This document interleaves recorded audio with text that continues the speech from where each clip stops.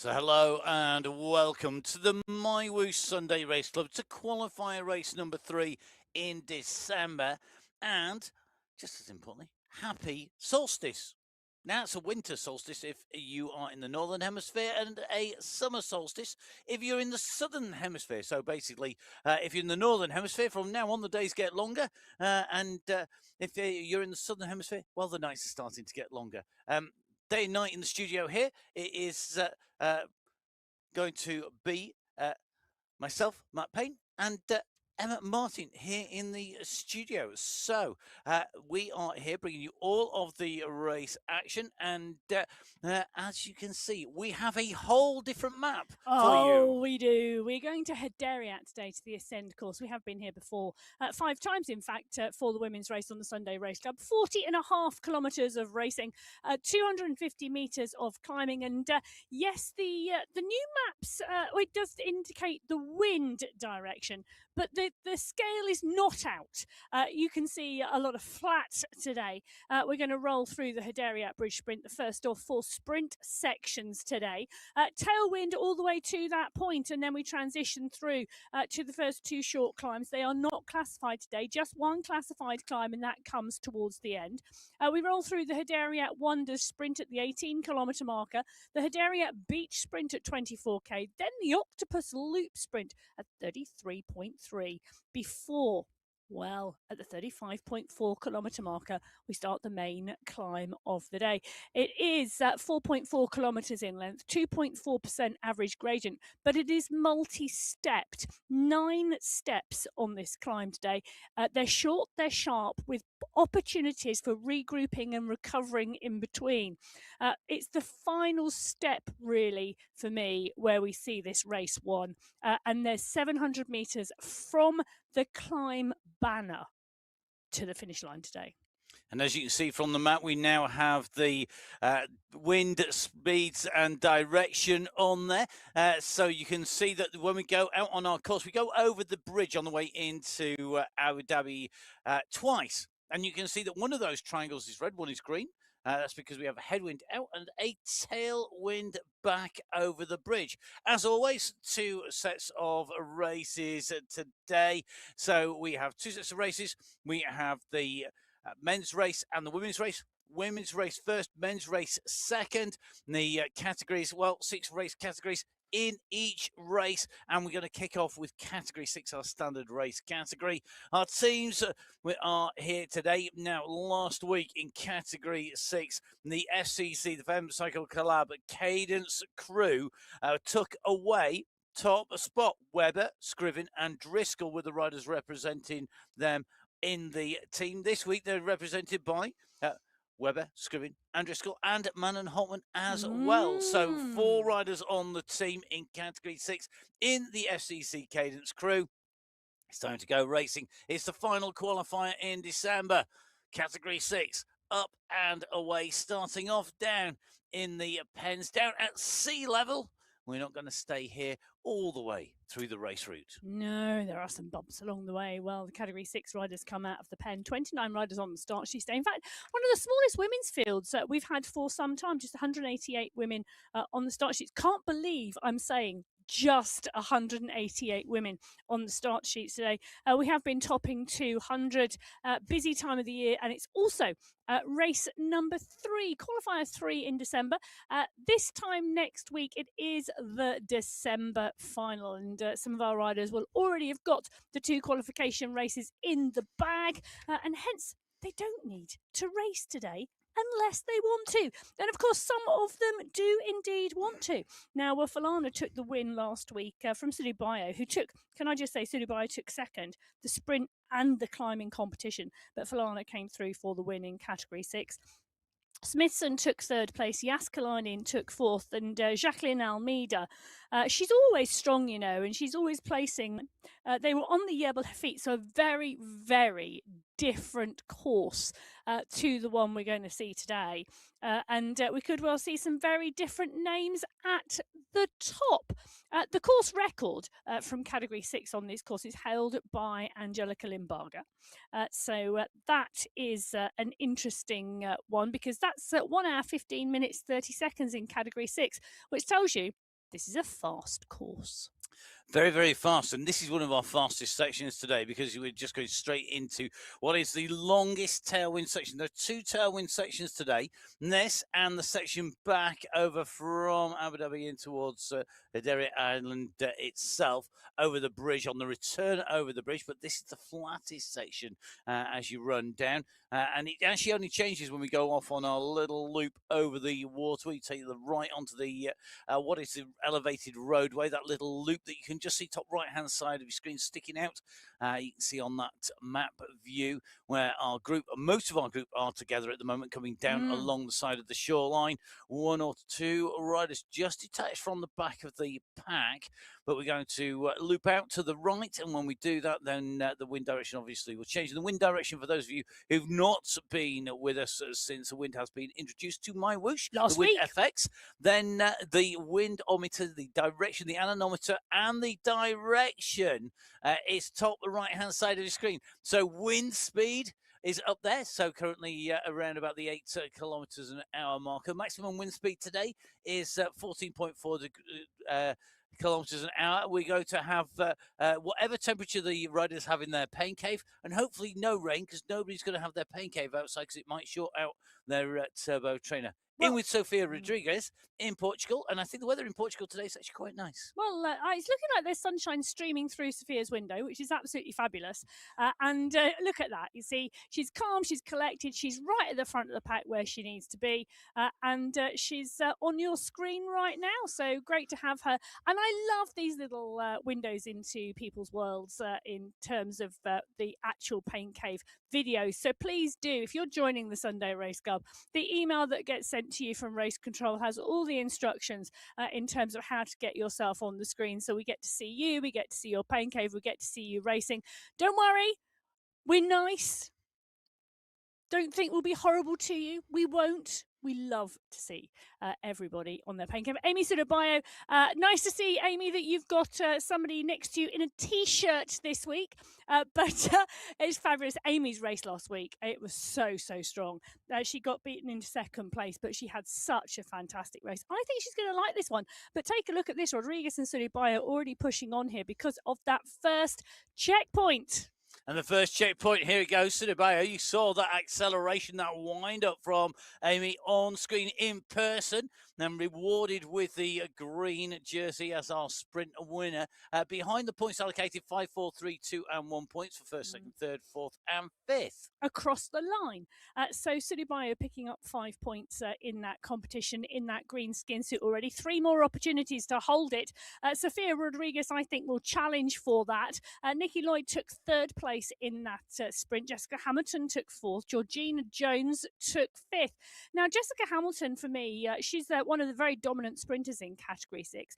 But this is the type of course that really suits a sprinter for an overall win, because those final climb sections, as I said, are short and sharp. They're pretty much like little sprints in themselves.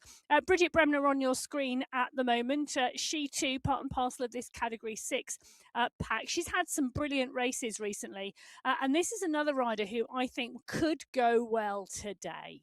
Yeah, definitely. I think the real punchy courses where you have to have that big power down really does suit Bridget Bremner, and she's got the ability, I think, also to dig in really deep when you come onto that last time. Because what I think on this course very much for me happens, because it is backloaded in terms of climbing with what is a relatively short climb, 103 meters. It means that it's very explosive towards the end, and when you're on that climb, it's really, it is all out on that climb. It is. And another rider, before we just come into Jacqueline Almeida, Bremner, she had the race numbers on her wall. Yes. I do that as well. Jacqueline Almeida on your screen at the moment. She took a really good 5th place last week, and in fact has been placing well over the last 4 or 5 weeks in the racing. Another rider maybe eyeing a strong position today.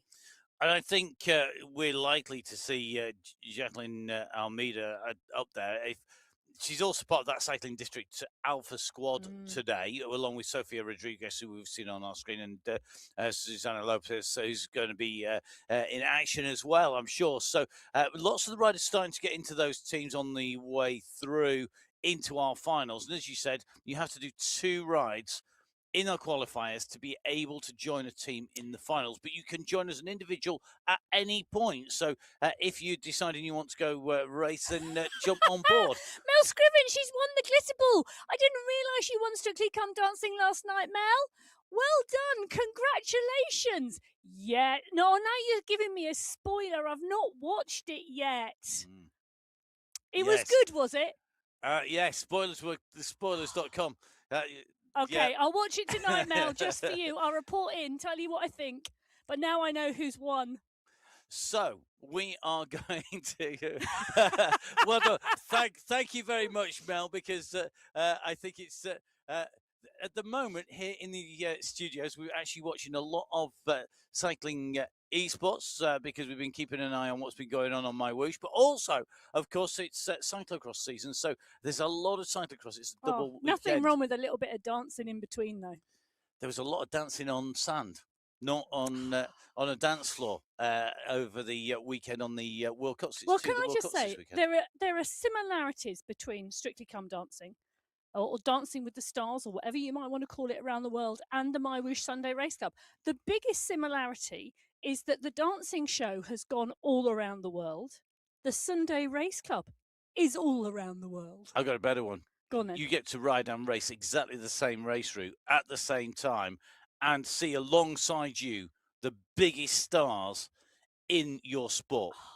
In terms of world champions, medalists at world championships, riders who have been out there and won everything that moves, the best riders in the world are here, and you race next to them. It's a bit like being able to turn up at the cyclocross World Cup and dance your way around that sand in Antwerp or in Coxsider in the World Cup. You can't go do that. You can't go to wherever they're at dancing in whichever TV show studio and say, oh, by the way, I'm just going to rock up and dance alongside. But you can on MyWhoosh. But you can watch all your favourites.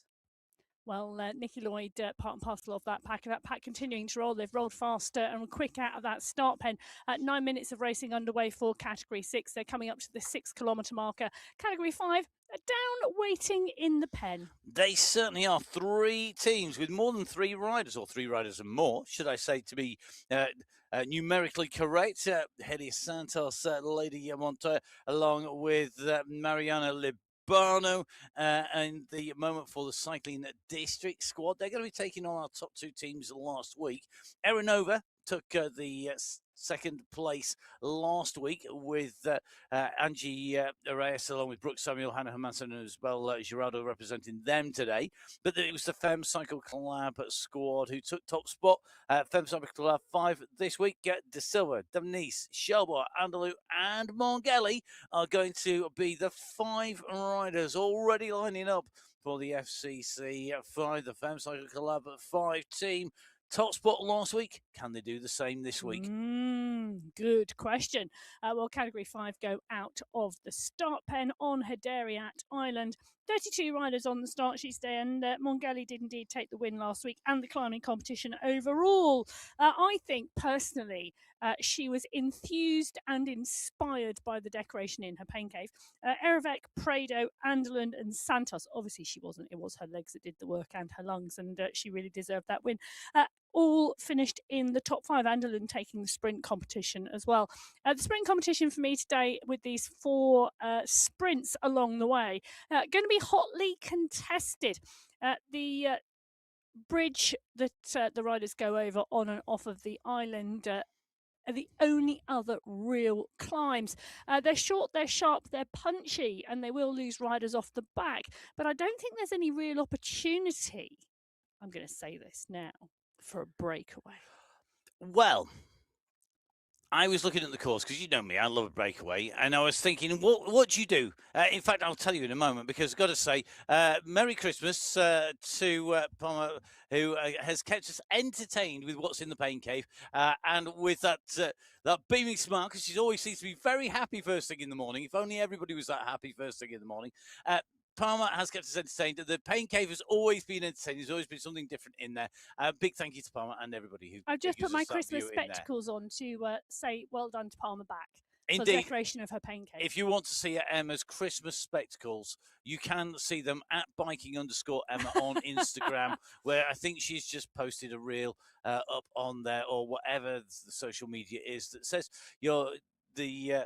with a video on there. And yes, Emma complete with festive specs. I'm channeling my inner Palmer Mongeli. Well, I couldn't decorate the studio, no. but I could wear some spectacles. Okay. I have to say, it's very. I thought, going back to Palmer's win, I thought very, very well deserved. Yeah. Irrespective of pain caves and No, all the rest of it, very much has been improving through the weeks. And again, I think today could be a day where she's going to be right up there. Tanya Howard, I think, will be looking forward to this course. Tanya on our screens at the moment as well. And I think one of the things that riders can do, if they're looking to have that little bit of an advantage, depending on how they plan on racing, when the riders go in towards the finish, before we get to the final climb, we actually ascend the side of the velodrome. So we climb up and down, we spiral our way up and down the velodrome. And that little bump, basically, before the finish, whilst that has, because you're spiraling it, it has a multitude of wind directions on it. Once you come off there, it is predominantly either a tailwind or a side wind on the way into the section. Now, it may be that we can see a little group break clear there to get into our final climb. Now, Brooke Samuel on our screens, and we have got Peter on the live chat saying, smash it, Brooke, good luck today. So gotta say, the support team, the cheering squad, the support squad for Brooke, on the live chat on YouTube. If you do want to get in touch with us, if you want to pass on the message, as long as we feel it's appropriate, censoring by Emma and I'm Matt. looking outside of her window. That looks like, I'm trying to work out what that looks like. Does that look like a lake?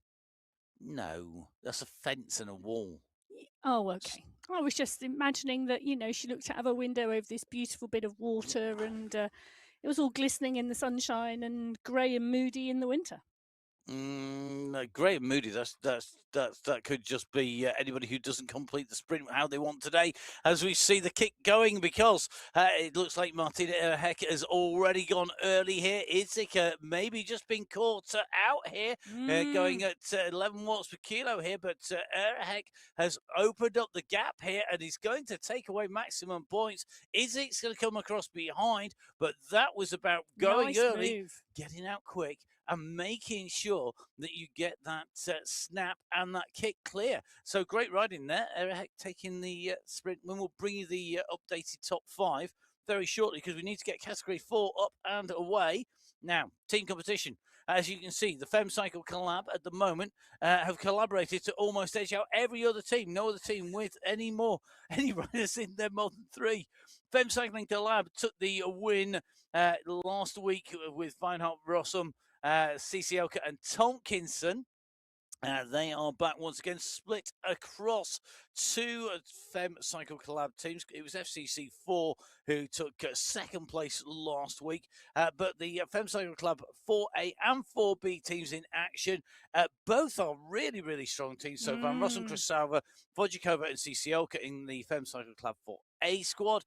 Fryas, Tomkinson and Kong in the FemCycle Collab 4B squad. And it is Kath Tomkinson, who's on our screens at the moment, who was part of that winning team last week for the FemCycle Collab. Yeah, they're really strong. They could well be the ones to watch when we come to the final for December next week.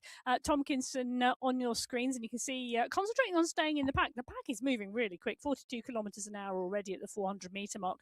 They're rolling and rolling strongly with an early tailwind start. 27 riders in the Category 4 race today. Last week, Category 4, Weinhardt took the win and the climbing competition. Vojakova came second. Johnson, who was riding outdoors at Olivier Simmons in Belgium, took third place. Penttinen fourth and Stenman fifth. Johnson, after the Sunday Race Club, had a little stroll down to the World Cup cyclocross. Oh, did she? She did. Very good. Very good. Two sports in one day. Indeed, it was Namur. It was very exciting racing at Namur. Very, very good racing on the other side of the world from Shana Martinuska, because Shana, at the moment in Brazil, you can see still dark. Where Shana is in her pain cave at the moment. And as you can see, nicely tucked into this group, currently sheltering from the wind. You can just see that the draft that she's picking up at the moment, well, it's 2 chevrons, meaning that not taking the full 3 at the moment with a tailwind, though. Very difficult actually to pick up the full 3 chevrons. Yeah, interesting, isn't it? About the position and placement in the pack that you need to be, depending upon the wind direction, to take the most of the draft. Takes a little bit more thinking and manoeuvring and steering now. It does, and riders now able to steer from left to right or vice versa, and of course being able to change gears electronically on screen as well, so everything can be done with your keyboard or by touching the touchscreen if you have one. So the rider is able to do that. Just doing Gina Van Rossum's avatar at the moment, you can see Gina at the moment sort of zigzagging left and right as she goes in through, and Van Rossum nicely tucked in this group, took top 10 last week. I think it was 8th place. Yeah, she also took the sprint competition overall. So that was obviously her target last week, and she delivered and executed that as she wanted.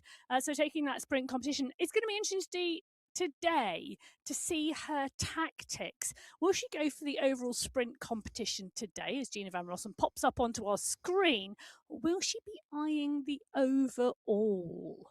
She might be saving that for next week, but then next week, well, we'll talk about where they're going. But Gina Van Rossum on your screen, part and parcel of the pack, and this pack are winding up early at the moment. This is an early lead out for that first sprint checkpoint at the 2.8 kilometre marker. They've got 500 metres to go, and the pack is really rolling now. And you've got to get the timing right here because of the direction of the wind as well. You've got a nice long train there. If you want to sprint your way through, Petton and try to move up. Knowles very much kicking down hard here. Cicielka right up at the front. Hachikova looking at the moment like she's going to lead this out, but Cicielka's got the momentum. She's got the extra watts here. She goes through over the top of Hachikova, and it's going to be Cicielka who's going to take away maximum points. Hachikova taking second, I think, and Lamkong just coming through at some incredible speed there to take, I think, 3rd place. I think we can probably round up category 4 and the category 5 if we're really we can quick. do that. So Veronika Ciciolka takes 5 points in category 4. Nicole Hodgkova takes 4. Lam Kong takes 3. Katerina Krasova takes 2. And Alexandra Knowles pops through for 1.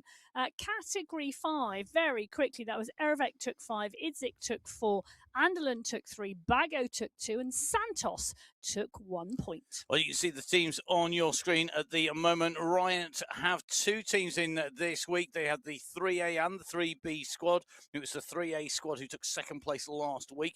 The Pain Cave Pirates have 4 riders with us. Cycling District 3 have 3. The Fem Cycle Collab 3 team, though, were our winning team last week with Shanks, Lucas, Robel and Whitler, and it's Shanks, Van Aert, Horner and Lucas who are taking the start for Fem Cycle Collab 3 as category 3 leaves the pens, heading out onto a race route here. You can just see taking the turns that take them down towards the course proper, just coming out of the pen and down across the boardwalks at the moment. At the moment, it's a tailwind and it's a right-hand turn for a crosswind, and then that long tailwind section down to the first sprint. So coming in at speed pretty quickly, being led out at the moment by Christy Tracy from the United States of America, who was the fastest out of those pens as the pack takes this right-hand turn, just picking up what is an 11 kilometre an hour crosswind before taking that left-hand turn. And one rider who's going to be loving the fact we've got 4 sprints today, it's Karen de Pavia. Yeah, it is indeed, and she's on your screen tightly in that pack. 3 chevrons alongside her Watts. She sat in the right place, just coming to the front of the group actually and rolling through. Everybody looking at each other at the moment and wide across the road. It's a big race field today in category 3 that Karen is part of. 37 riders on the start sheets. Last week, it was Nilsson who took the climbing competition and the win. Steyer took 2nd, Montgomery 3rd. Heather Shanks had a great race, taking 4th place on that climb. And Stephanie Briggs, another great race to take 5th on the Jebel Hafit. This is a very, very different course today than the Jebel Hafid last week here. On the Ascend course in Hadariat. Jen Reel, who is in the pack today, holds the Category 3 course record, 65 minutes, 53 seconds. She's one who knows she goes well on this course, and she will be watching and waiting. The ride from the USA. Indeed. I'm just going to dive back to Count Pavia. I think I'm going to surprise you with this. Count Pavia has never won the Sunday Race Club. But she's won 4 sprint jerseys. Yes, second place, 3 third places. She's taken 2 KOM and QOM climbing competitions, 4 sprints. I'm quite surprised that she hasn't taken a win, but I'm expecting that to happen. She's one of our newer riders, though, isn't she? She is one of our newer riders, but she's been incredibly successful at everything but taking the win. And I think this is a course that could well suit her today for all the reasons that we said, because it's a very sprint orientated course, because she can put out repeated efforts and because she can climb well as well. Barbara Balawa, one rider I think who will be looking forward to the climb as well. I think also looking to make it tough on the 2 bridges. Where I'm expecting riders like Rutty Reeves, Barbara Balawa, Jen Reel looking to make it hard. A hard race rather than just a final climb race. Yeah, I think so too. And you can see De Pavia on the screen alongside Shanks, Montgomery, Ballara, and Reese as well. These are 5 riders really who you need to keep your eyes peeled for today. I think the Category 3 pack is going to roll large. It's going to be a fast race, but it's also going to be a big race because there are a lot of women who could be lining up for that sprint finish. And Heather Shanks is really coming on to form 4th place last week in the racing last week. And we were on a massive climb at the end of the racing, and we're on here. All the climbing comes at the end of the racing, so albeit a smaller scale, I think this is going to be very interesting to see. At the moment, De Pavia are sprinting away off the front of this group. You can just see as the group comes into sight here. The rest of that pack are trying to close down, being led by Honor. De Pavia, though, continues to wind up here, looking to take away the maximum points. The rest of that group are coming. Horner's going to come quickly. So is Corrales, McKay, and Russell, but not fast enough. De Pavia into the green. You can just see breathing hard. They're sucking in the oxygen and congratulated there by the support crew as well. She's got her timing really superb. nailed. Yeah. That was absolutely fabulous. Out the front of the pack, out the front of the bunch. The tailwind helping that acceleration moving away from the group, and then everybody else left scrabbling behind. And there were some big numbers behind. Helen McKay was coming fast as well as Sabrina Horner. But it was indeed De Pavia who took 5 points. Horner took 4. Corrales took 3. McKay took 2. And Anna Russell picked up 1 point in that sprint. 3 more to go for the overall competition, but De Pavia looking strong today. She certainly is. As you can see, we've got Category 6, 5, 4, 3 out on course at the moment, making the way out and around, and certainly looking to me like the groups mean business. Well, they do indeed, as the packs continue to roll, and the pack's rolling quickly. The Category 6 race already at the 14-kilometre marker. Category 3 just out of the pen, but rolling really strongly. 5 minutes of racing, 3.7 kilometres already complete. That tailwind start, really with the movement of the pack and the size of the group, it is rolling very, very quickly. Category 4, well, there's a bit of a move going on here at the 6.8-kilometre marker. Jenny Penton and Alexandra Knowles just stretching their legs. The climb is coming. That's the climb over the bridge, on and off the island. They go through over the bridge one way, then they turn around and do a loop, and they come back the other. In fact, the Category 6 pack about to come back on the opposite side of the road.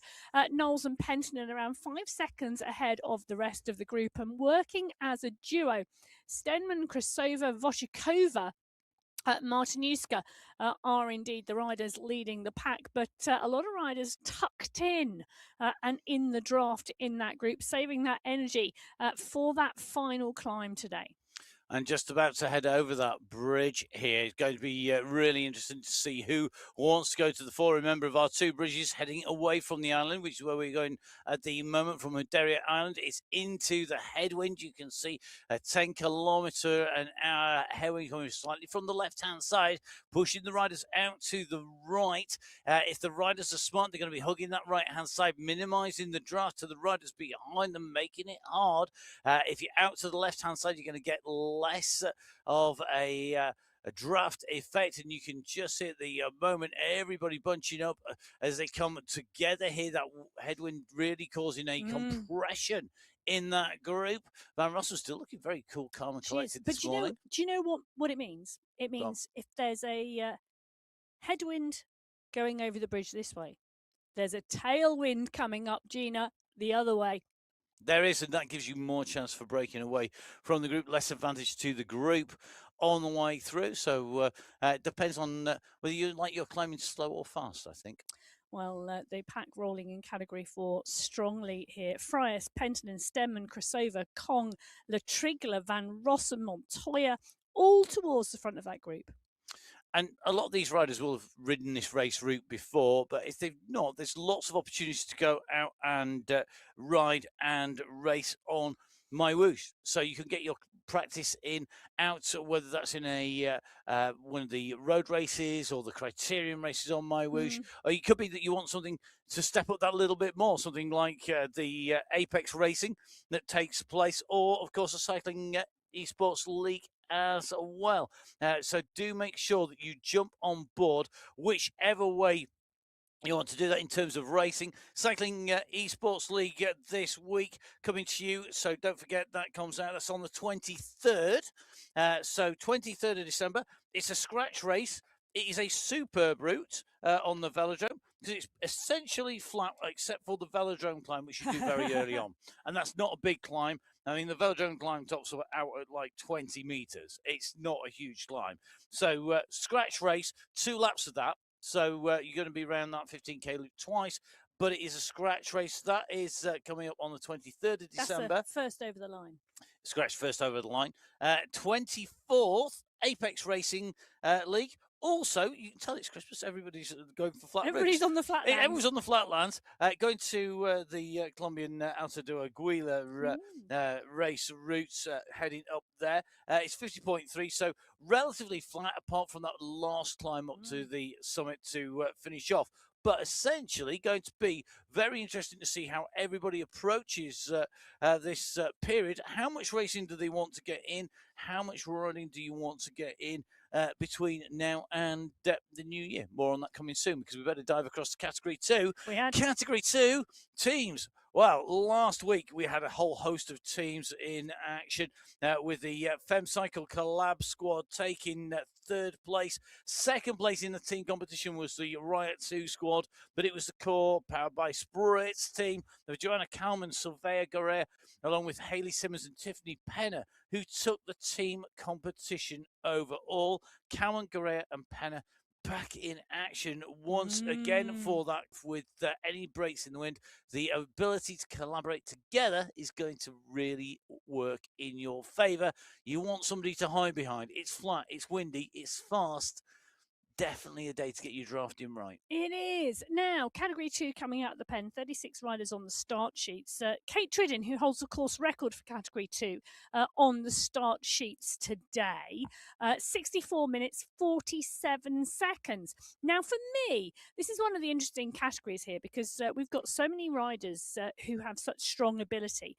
The question for me today is, are they all going to be looking at each other and hence give us a very slow race? Or are we going to see some riders try and break and move and hence have a very fast race? I think it will go one of those two ways. Last week, Nellie Larson took the win on the Jebel Hafid. She also took the climbing competition overall.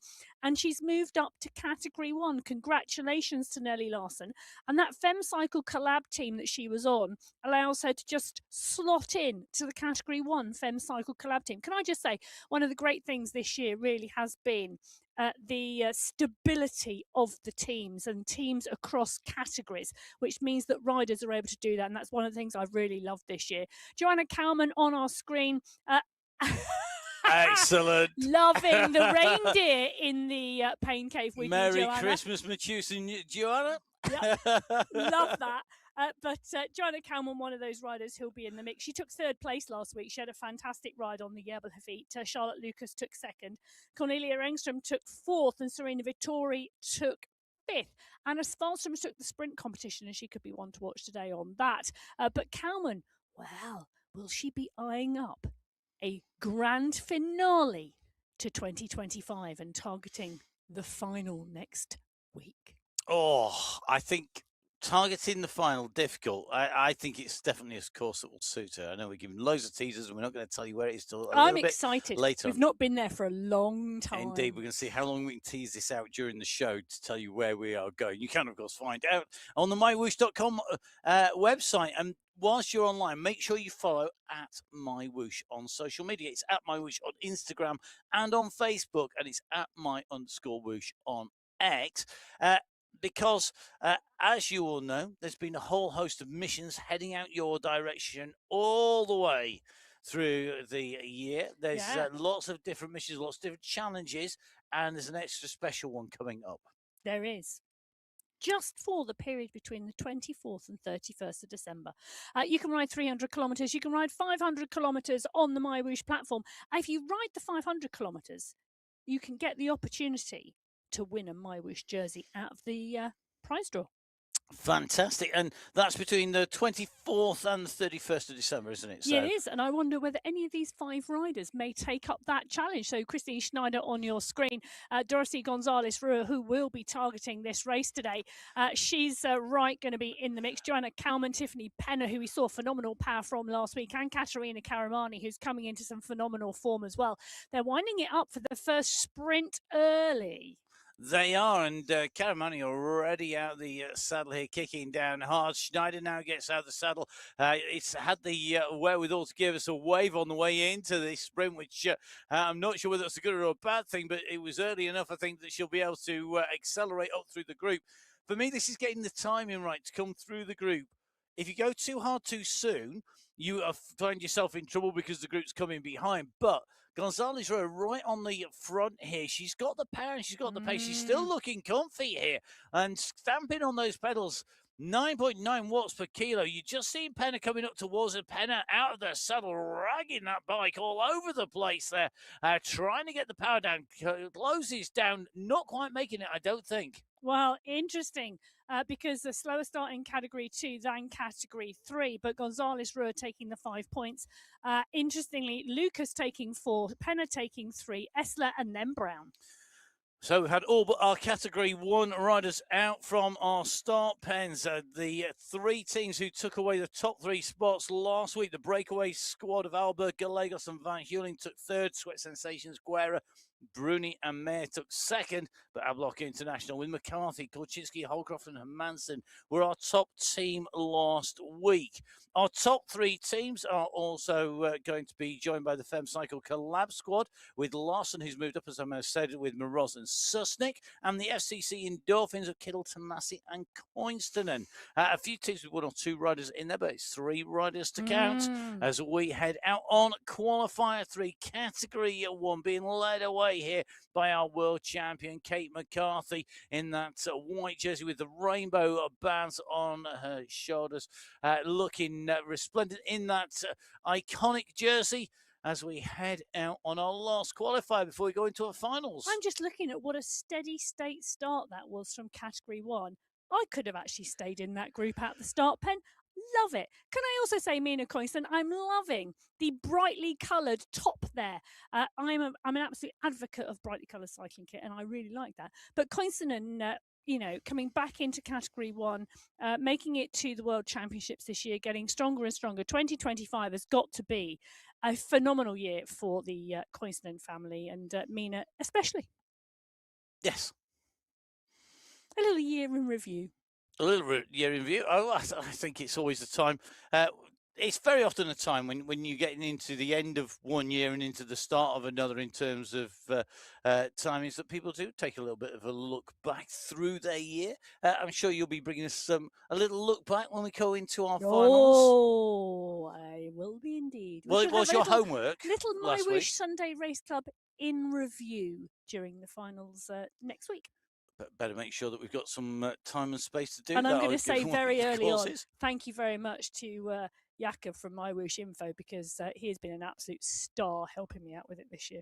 He has. He has helped us out here at the commentary team. I'm going to say pretty much I guarantee you that isn't a week goes by where through the week as well as on the show we are very much diving deep into out the riders, what they're up to, whether it's Category 6 or, of course, our Category 1 riders. Yeah, and we're in with Catherine Fuhr at the moment, part and parcel of the bunch. There she is in the pain cave.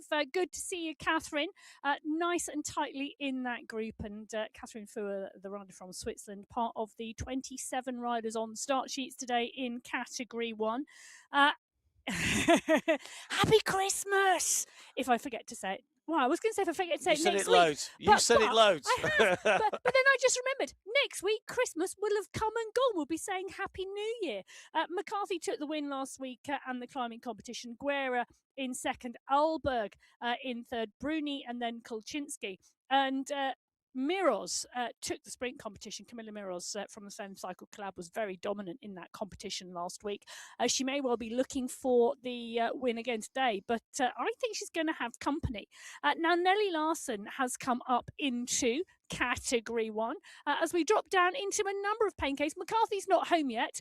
She's still in a visiting pain cave by the look of things. Bassoni, Gothlander, who will be eyeing up that sprint, I can tell you. Guerra on your screens as well, as Liz Van Hooling is too.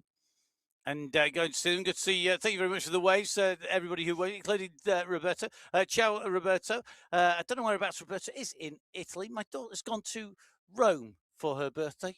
Wow. Which is actually tomorrow. So her birthday or going to Rome? No, she's been in Rome 4 days. Okay. She comes back today because she's got to be back at work on her birthday. It's her first birthday having to go to work. Well, Italy is a beautiful country. It is indeed. It is indeed. And it's produced some phenomenal sprinters over the years in the women's and the men's peloton. And we're seeing a big kick coming here on the front. But this time it's Sweden 1 and 2. Hermansson versus Gothlander. You can see Gothlander's face here chasing Hermansson all the way towards the line. For Lenski's coming as well. Who's going to take it? It's going to be Hermansson from Gothlander from Valensky, with Field and Kittle right behind Bassoni, right in the mix there as well with Larson. Can I just say, Hermansson really got a timing right, because Jennifer Gothlander, I saw 15 watts per kilo from Gothlander. She's got a phenomenal sprint. And I think this is one of the courses that has suited her previously as well. But let's just take a look through the Hederiat Bridge sprint. Lisa Hermansson led through Category 1. Dorothy Gonzalez-Rua led through Category 2. Karen de Pavia led through Category 3. Veronica Sisioka led through Category 4. Martina Erevek, Category 5, and Amy Sudabayo led through Category 6. So that is the winners in each of our race categories at the first sprint. At the second sprint, which is the Hederiat Wonder Sprint, Category 6 have already gone through. Well, yeah, they have indeed. And Sudabayo doing the double and leading them through that sprint as well for 5 points. Taking 4, Smithson 3, Lloyd 2, and Jones 1. So Sudabayo really doing the business in Category 6.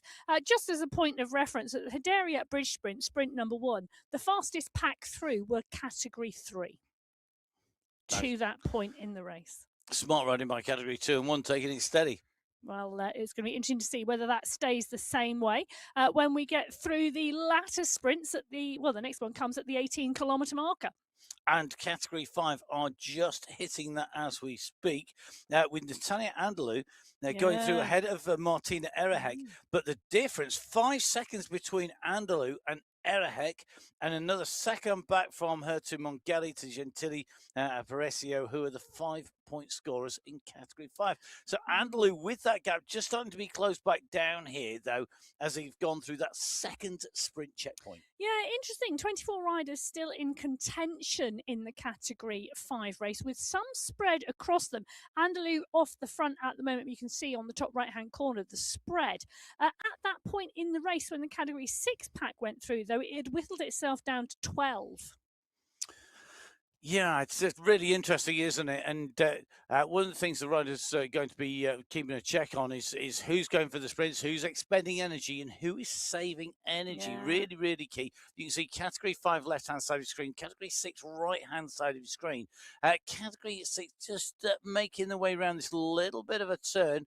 That takes you around this horseshoe turn here. So very quickly changing wind direction and positioning going to be key there. Yeah, and we often say, you don't want to expend energy. You've still got to lift your pace to stay in the group during those sprints, even if you don't want to contest the sprint itself. Now, Bridget Walensky has lifted her pace somewhat significantly here. The 4.9 kilometre marker in the Category 1 race, she's making the use of that tailwind, the early tailwind, to go away from the group. Hermansen is 7 seconds back with Gothlander. Those two have made a move as well. But the rest of the pack, 11, 12 seconds behind.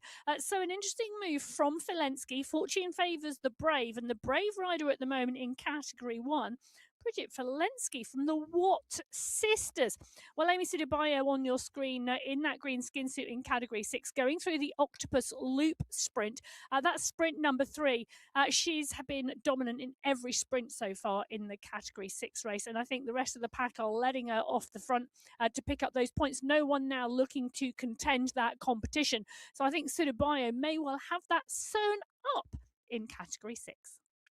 Certainly looks like that way. Meanwhile, Bridget Walensky currently with an 8-second gap to McCarthy, to Massey, and the rest of the race group just coming up behind here. So Francesca Tomasi in action at the moment. The roller shutter on the door behind just being lifted up to get some breeze come in, just get some air come in. And at the moment, Tomasi up with McCarthy, not wanting to let McCarthy go, not wanting to let that gap go too far to Walensky. Koistonen moving up as well. Guerre is there, Van Heuling, Giovanni. All these riders really, I think, wanting to keep their powder dry, which means, for me, expect to see it explode when we get to the bridges. They'd had such a steady state start Category 1. Someone had to do something, and Walensky, well, she took the race by the scruff of the neck and gave it a good shaking, and has gone off the front and tried to wake everybody up. The pack, you can see them, they're wide across the road, and it took the world champion putting in a push to come back, and Gothlander, Hermansen back into the group. Walensky's still just off the front, and you can see from the gradient at the top right-hand corner of your screen, they're coming into the first one of those bridges. But you can also see from the top that they are Zone 2, Zone 3. So very steady state. Catherine Fuhr, Zone 2, that light blue highlighted, tells you exactly what pace and what effort that rider is putting in. And let's just give you some context. Zone 1 is basically really easy. You can ride along chatting to each other. Ride. It's a recovery ride, nice and steady. That heart rate's really low, not really expending much energy. You're basically not going to be pushing yourself at all. As you move through, then imagine increasing the pace, the effort required, until you get to zones 5 and 6. Zone 5, you're sure not going to be talking. You're going to be absolutely on your limit. Zone 6, well, you're probably out the other side and thinking you can't do this for very long. And in fact, you won't be able to hold Zone 6 for very long at all. It's right into that red zone, which is why it is in a red colour. You can see in Zone 2 at the moment, and Zone 3, Dana Davidson on our screens at the moment, looking very smooth. They're just tapping those pedals around at the moment in Category 3. The big fan rolling, keeping that air blowing over Dana Davidson. And of course, for us, it's the winter solstice for Dana Davidson. If she is in Australia, which I suspect she is, judging by the daylight there, or the heading in towards nighttime, it's going to be summer. I know, hot. It's hot at the moment. It is meant to be. I have heard rumours that it was over 40 degrees the other day where Luke Allport was. Indeed. So hot, and very different in terms of the cold weather in the Northern Hemisphere at the moment, the hot weather in the Southern Hemisphere. Dana Davison refueling at the moment, and good to see that work going in. 25 minutes of racing complete for Dana, but hydration and fueling absolutely key. You can't expend energy if you're not putting energy in. No, 100%. And I'll tell you who is putting some energy in. Category 4 riders who have hit the sprint. The second of our sprints with Veronica Cisioka going through ahead of Lam Kong, with Hochkova followed by Penton and Latrigla, and the riders in third, fourth, and fifth. So Cisioka scoring well there, as has Kong on both of those sprints, as Category 1 continues to climb on this bridge on the way out. And at the moment, the Category 1 group still all looking very much together, other than Valesky, who realistically is going to be... Still dangling off the front. Yeah, because it's a headwind over the top here, it's going to be tough. Just diving in with Maria Holcroft here in the UK. Just starting to get light in the UK. It is. Daylight, and I would say the sun is rising over Maria Holdcroft's pain cave, but it looks like it's a bit of a cloudy day.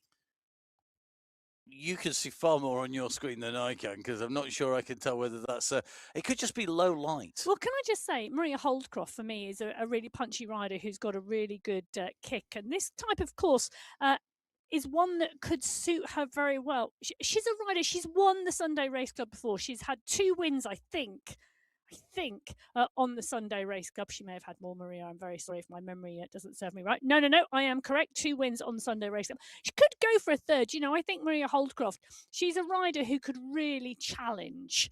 I think she's just got to be really feeling it. I think for me, sometimes it's a feel, less about power. The statistician says it's on feel. I'm having in your diaries. I know. But sometimes I do. Sometimes I think you've got to believe, you've got to feel, you've got to be in the zone. Okay. And ignore the numbers. I wish this is recorded. I'll take the clip. Don't forget, of course, you can get all the recordings. I was having a little look back, right the way back to 2022 on the MyWhoosh Sunday Race Club on YouTube, on the MyWhoosh channel. Make sure you hit subscribe if you're down on there. You can watch all the action back to the sprints unfolding all the way from our very first Sunday Race Clubs that were shown right the way through. At the moment, this is the sprint of the 17.8k heading for that 18k marker, with Diana Corrales at the moment heading out to Horner and McKay. Horner's coming hard, but Corrales goes through just in front there of Horner, Russell, McKay, and Tracy. Those are the riders going through in the top 5. Horner holding on to the green jersey, interestingly. Yeah. It's going to be really tight on points at the top there, because that sprint, the second of our sprints there, halfway. 4 sprints today, 1 climb on the way through. And one of the things that's going to be changing a little bit, there's going to be more variation in terms of the numbers of sprints and climbs going into the new year's across the races. It'll be the same overall. So overall, across the month, there'll be the same number of sprints and climbs. And, of course, it's balanced between the men's and women's, but there's going to be more variation in there. There's going to be more variety, more different courses. Maybe we'll have one with 1 sprint and 1 climb, or it might be 5 sprints and 5 climbs. Who knows? Who knows? But Diana Corrales, Sabrina Horner, Anna Russell, Helen McKay, and Christy Tracy were the riders in that pack to pick up those points. Christy Tracy, one of our newer riders from the USA. Great to see her in. But Corrales, Horner, Russell, and McKay all picked up points in the Hederiat Bridge Sprint. They just shuffled them around this time. Nothing like a little bit of sharing. Shuffling. Sharing's caring. Shuffling reminds me of tap dancing. Oh no, we're back to Strictly. Let's move on. Yes, let's. At the moment, dancing what is a very fast, quick step out around the turns here, past the side of the hedgerow. This actually is out there on Hederiat Island in real life. Taking that left-hand turn. And Natalia Andalou at the moment coming around this turn. Off the front, it's another move here. Andalou's really smart here in that she's really pushing on to try and get that gap. The bunch behind, you can see here, are just making their way around that turn. And Andalou has got the gap. the batter's in front. She's not opened up for the sprint yet. She's waiting for the sprint behind. She's got that reaction time. She can watch the numbers on the right-hand side of your screen. She can wait to see somebody go, heck now, going at 10 watts a kilo. And Andalou can look and judge this and see whether she needs to react. Here's Erahek, who are in within the green jersey. She's not going to get back Andalou. She's going to be right up to the line, just clear of Isaac. It is just a chase for points, isn't it, as the rest of those riders go through. Yeah, it was indeed just a points chase to hold on to that green skin suit, not trying to contend the win across that line, but just trying to maintain enough points to still hold that competition overall into the final sprint checkpoint at the 33.3 kilometre marker. So they've got around 9 kilometres to go now till that next sprint. And then shortly after that sprint, well, the climb will start. So the Category 5 pack, big group all still together. Just going to do a little count back. 22 riders in Category 5, all still together. Just 2 riders dropped off the group since the 18-kilometre sprint marker. So in that last 6K, the group has lost 2 riders, but the rest, the 22 riders in Category 5, still rolling strongly. So big groups on the way in through. Remember, these riders at the moment going through that octopus loop sprint, the third of 4 sprints. The next sprint, it's a 9.3 kilometre gap between sprint 3 and sprint number 4, which is a long way to get plenty of recovery in. But then it comes quick because you've got 2.1 kilometres from the octopus loop sprint as the riders go through the through the last sprint on the way through, and then you go into that climb. That's not going to be great because 2K into the climb, it's not a lot of recovery, particularly if you're carrying speed from our last sprint. So riders at the moment on Category 5, just making their way in to the finish here. They've got to get to the final line, and that final line is at 40.5 kilometres. That distance is, although it seems long, it's only 250 metres in ascent in totality here today, with the very final climb segment itself accounting for 103, and it continues to climb after, doesn't it? The finish here, Emma. It's an uphill finish around those twists and turns around the pillars. It is, and it's steep. It is. It is steep. Meanwhile, looks like Kate McCarthy and Francesca Tomasi putting the pressure on the front here. Response from Gabby Guerra coming up alongside here. They're starting to wind up here at the 12-kilometre mark, starting to stretch this out. The group looks to be splitting a little bit here, so the gap's starting to open. Riders need to pay attention. It might be an easy start, but very easy to lose contact and then have to expend a lot of energy coming back across. Yeah, and you can see on that top right-hand corner, 2 real groups on the road now, and riders, well, they'll be scrabbling to get across, and you can start to see that in the movement and shape of the back group. 1-2 riders starting to now try and transition over, and then will they drag the rest of the group back, or will we start to see riders go out of this Category 1 race? Tillyfield on the front, Van Hove, Susnik, Gothlander, Olberg, Larson, Bassoni. Strong sprinters on the front here, making sure they're in the right place at the right time. It's an interesting move, this, and now Kate McCarthy pushes on again and comes through the pack. That's a big push on the flatlands from McCarthy. She doesn't want all those riders back on. She doesn't want all those riders back on. I think also for McCarthy, we know that McCarthy uses these sessions as a training session as well as a race session and looking for specific things out of the racing. And if everybody's just going to go around at club run pace, you know, chatting away at a low level, zone 1, zone 2, if she's wanting to get a zone 3, 4 workout today for 40k, she's not getting that when the riders are riding so slowly. And if no one else is picking up the pace, well, it's going to be left to the world champion to pick that speed up and to put that power down. And It's a good tactic by everybody else. I mean, you could use that against McCarthy. We'll have to see how that plays out. And it's interesting, isn't it? Because that punch from McCarthy, the lift of the pace, has actually made 3 or 4 riders drop off the back. They've not got back on. That group has split. It might not have been such a big group off the back that could have happened, but there is a group now off the back of the pack, and I don't think they'll get back on. McCarthy, she's continuing to push. Catherine Fua, Kristen Kulczynski, Roberta Passoni, Camilla Ahlberg, Gabby Guerra, all in the front group. So is Queenstonen. She is too. So is Susnik and Van Hove, Ahlberg and Sopers. Bruni is there as well. It's still a big group. We're still talking 20 riders in that leading group in Category 1. So with the Category 1 riders, last riders to leave the start page, just starting to feel the effects of whatever coffee they've had this morning and actually get into gear. It looks like Category 6 at the moment, just making the way down alongside the waterline, just coming back down to the edge of the shoreline once again at the 31.4 kilometre mark. They've still got just under 2 kilometres to that final sprint of the day, and that run into that sprint. Well, that's going to be really interesting to see how that plays out as they make their way along. At the moment, that wind's coming from what is in front of them on the right-hand side. So any riders on the right-hand side of the group at the moment will be in the wind, even if they're behind another rider. The riders on the left-hand side will be hiding. Did you just see all those riders move to the left? Yes, you've got to keep a check on that wind. You've got to keep a check. You can see at the moment the draft indicates. So those are the chevrons, the green chevrons to the right of the power number. So power number's in green at the moment, saying that Georgina Jones is in the shelter of another rider. And staying tucked in the shelter is absolutely key. Move to the right or move in front at the moment, which is where the wind is coming from, and you will be in the breeze and you will have to expend more energy than the riders who are sheltering out of the way. And in races, all too often, the riders who win are the riders who've expended the least energy where it isn't needed.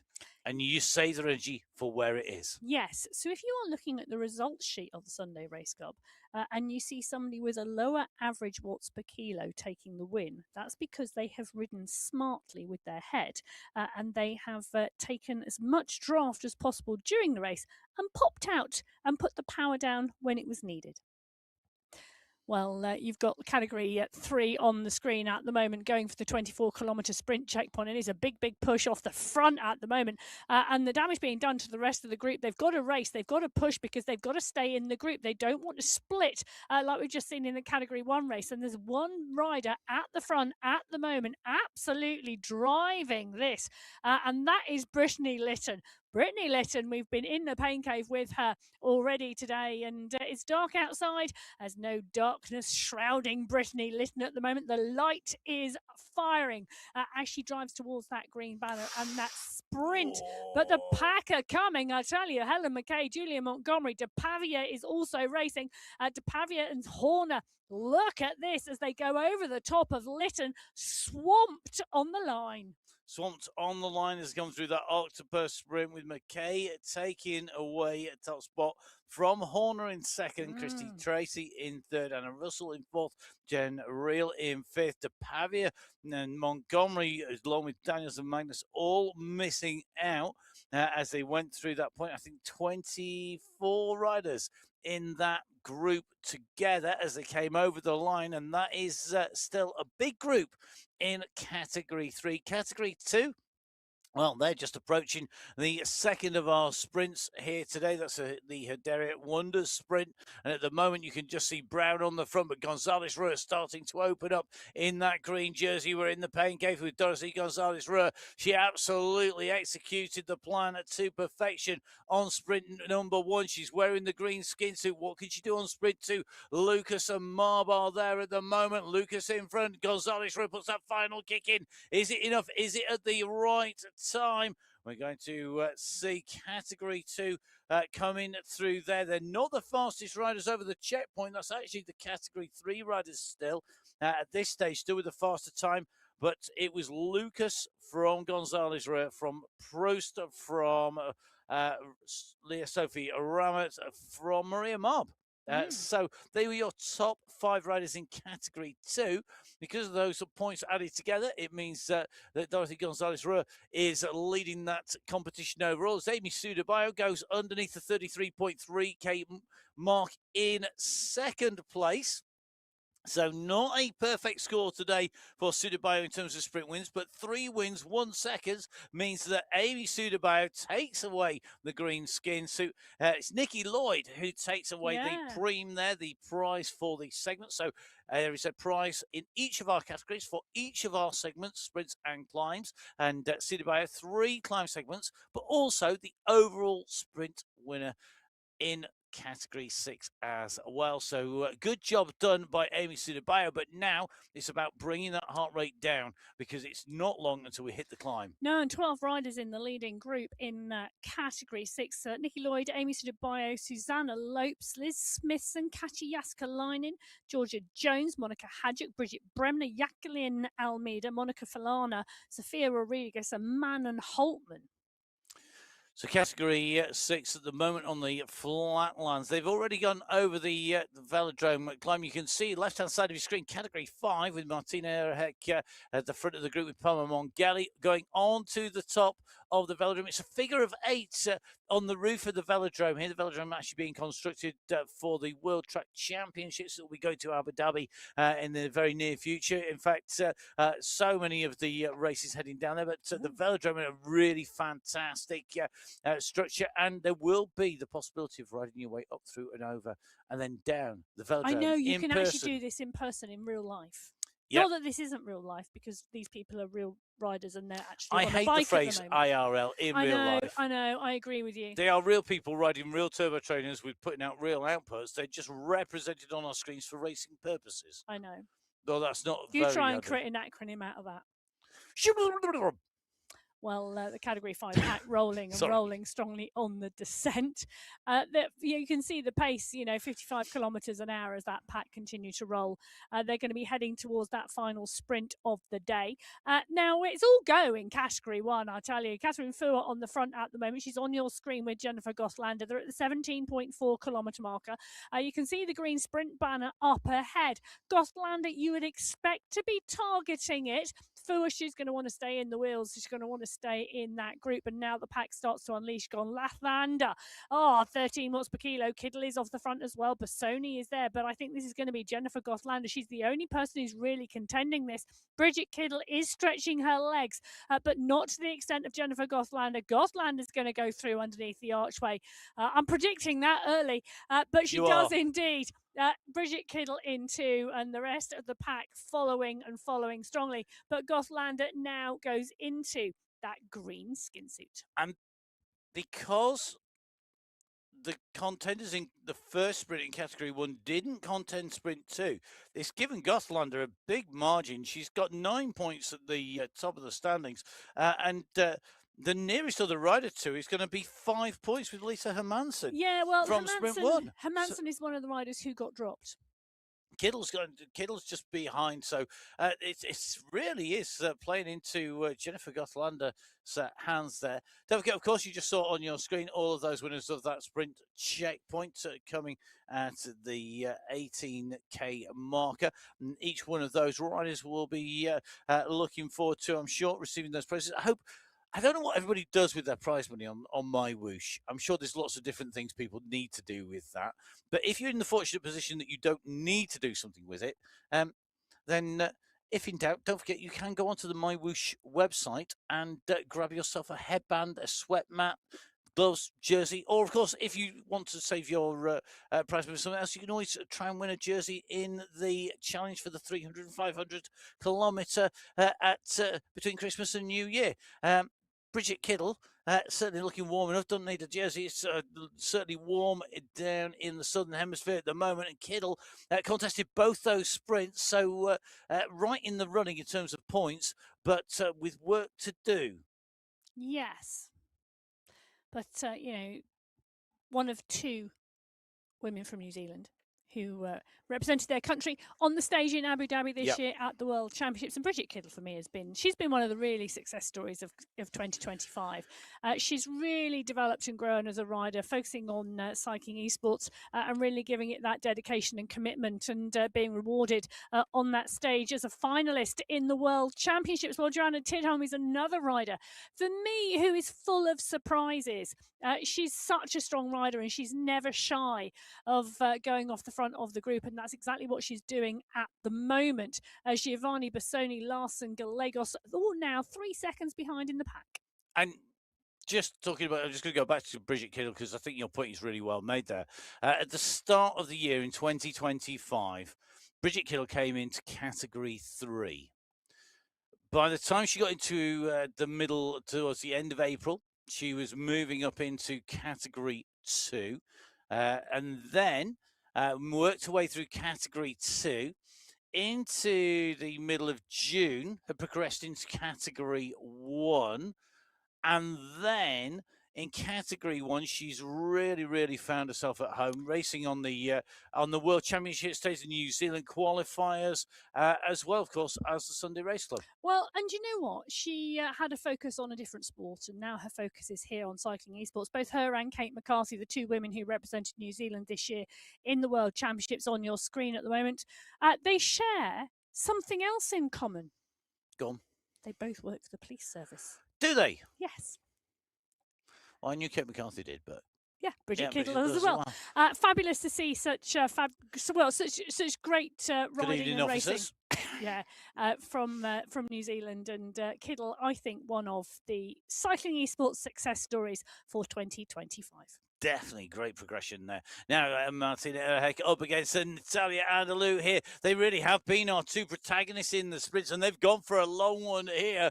This is all about this. They're desperate to take this. Absolutely love it. We're coming up.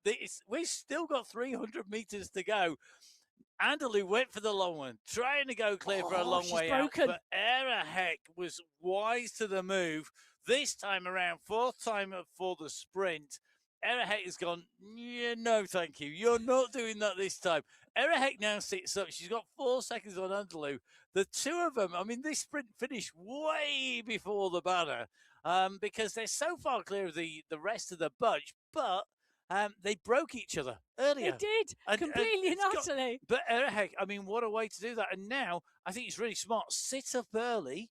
If you know you're not going to get it or you're secure in that position, sit up and get that recovery in, because it's not far to the start of the climb. And that climb, because of its nature, as you said, 9 steps, it is on-off efforts. Yes, it means that anybody who is good at doing repeated punchy kicks on a climb is going to love it. Kick hard, rest. I could probably do about 3.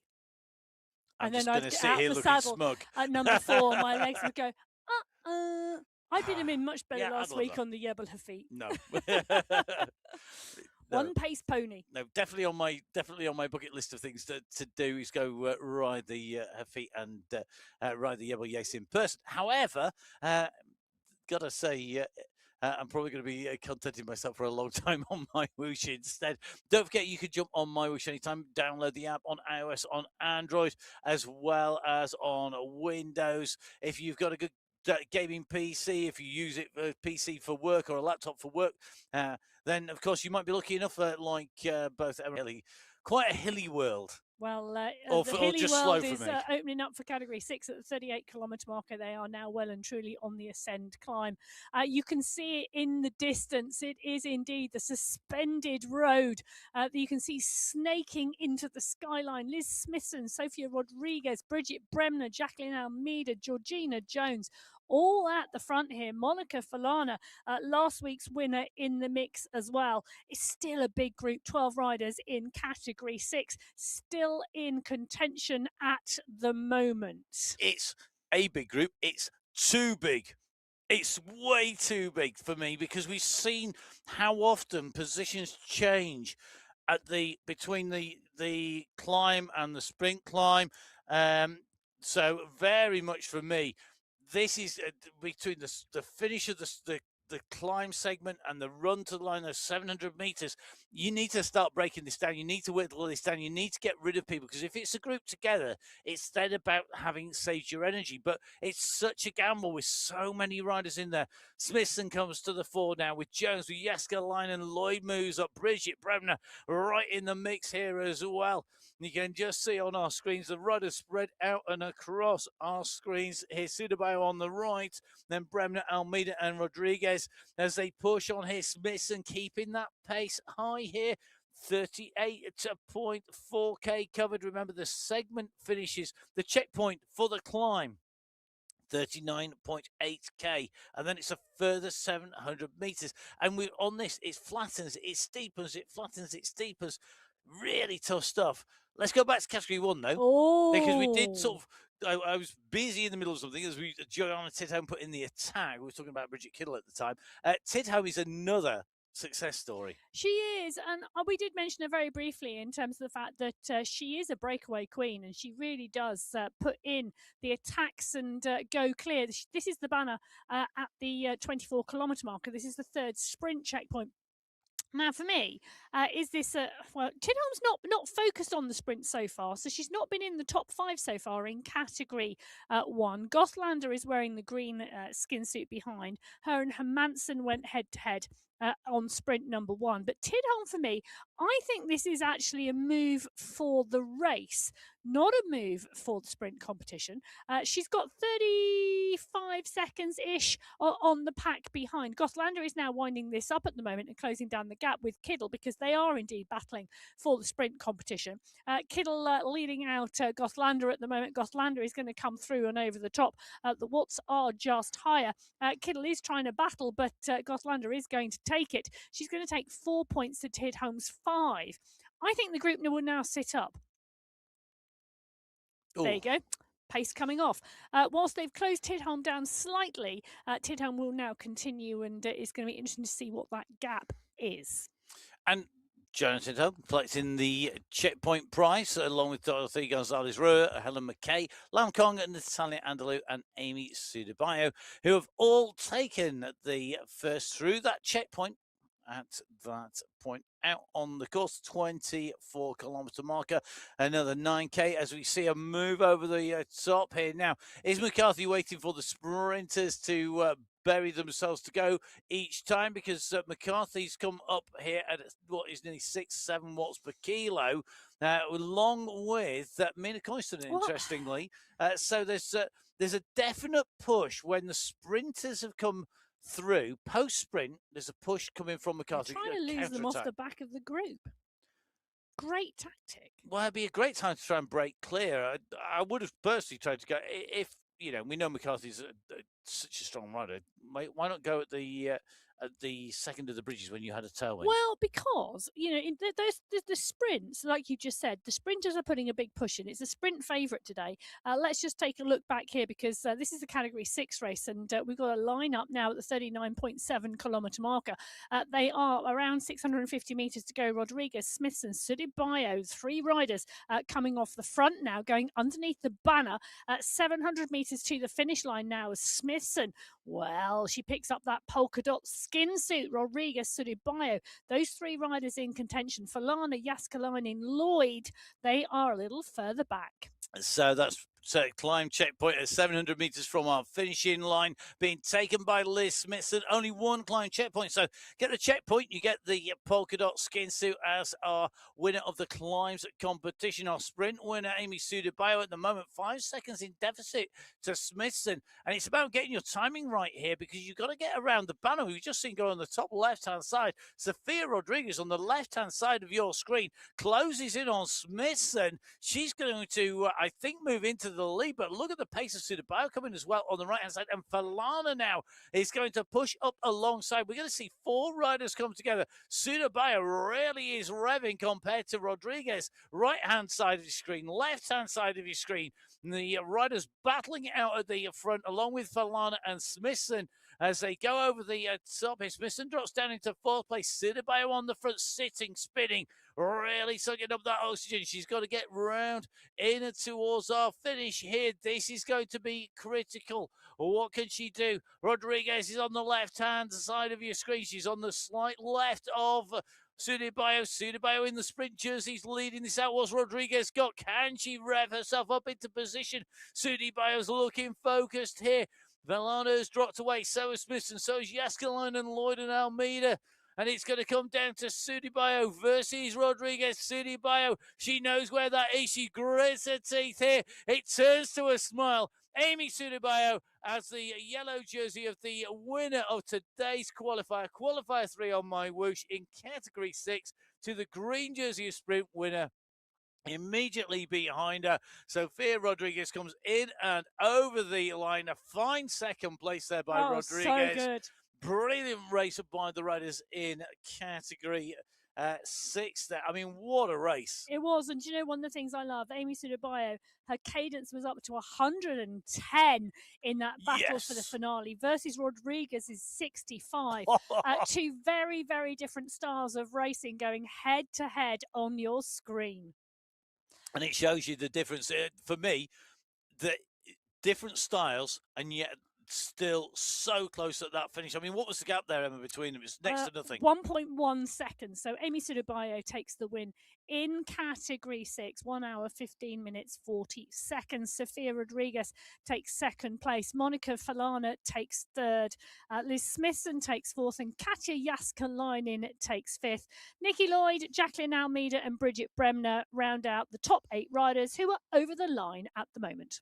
So congratulations to all of our prize winners. Remember, 10 riders individually in each race category receiving prizes. 7 teams come our finals will be receiving prizes as well, along with the segment, the checkpoint winners for the run over the line. And of course, for our winners in the climbs and the sprints competitions, both men's and women's prize funds and lists exactly the same, all available to view online, as is the full verification process. Don't forget the published verification process is up there in terms of what you need to do to be verified. Lots going on behind the scenes in terms of AI as well as human checking of all of the riders. An extensive, exhaustive process that is applied to every rider every single week of the year on the MyWhoosh Sunday Race Club. There's a reason why this is the place to come and race. Wow, there's extensive, exhaustive racing going on at the moment as well. On your screen, we've got the category 5 riders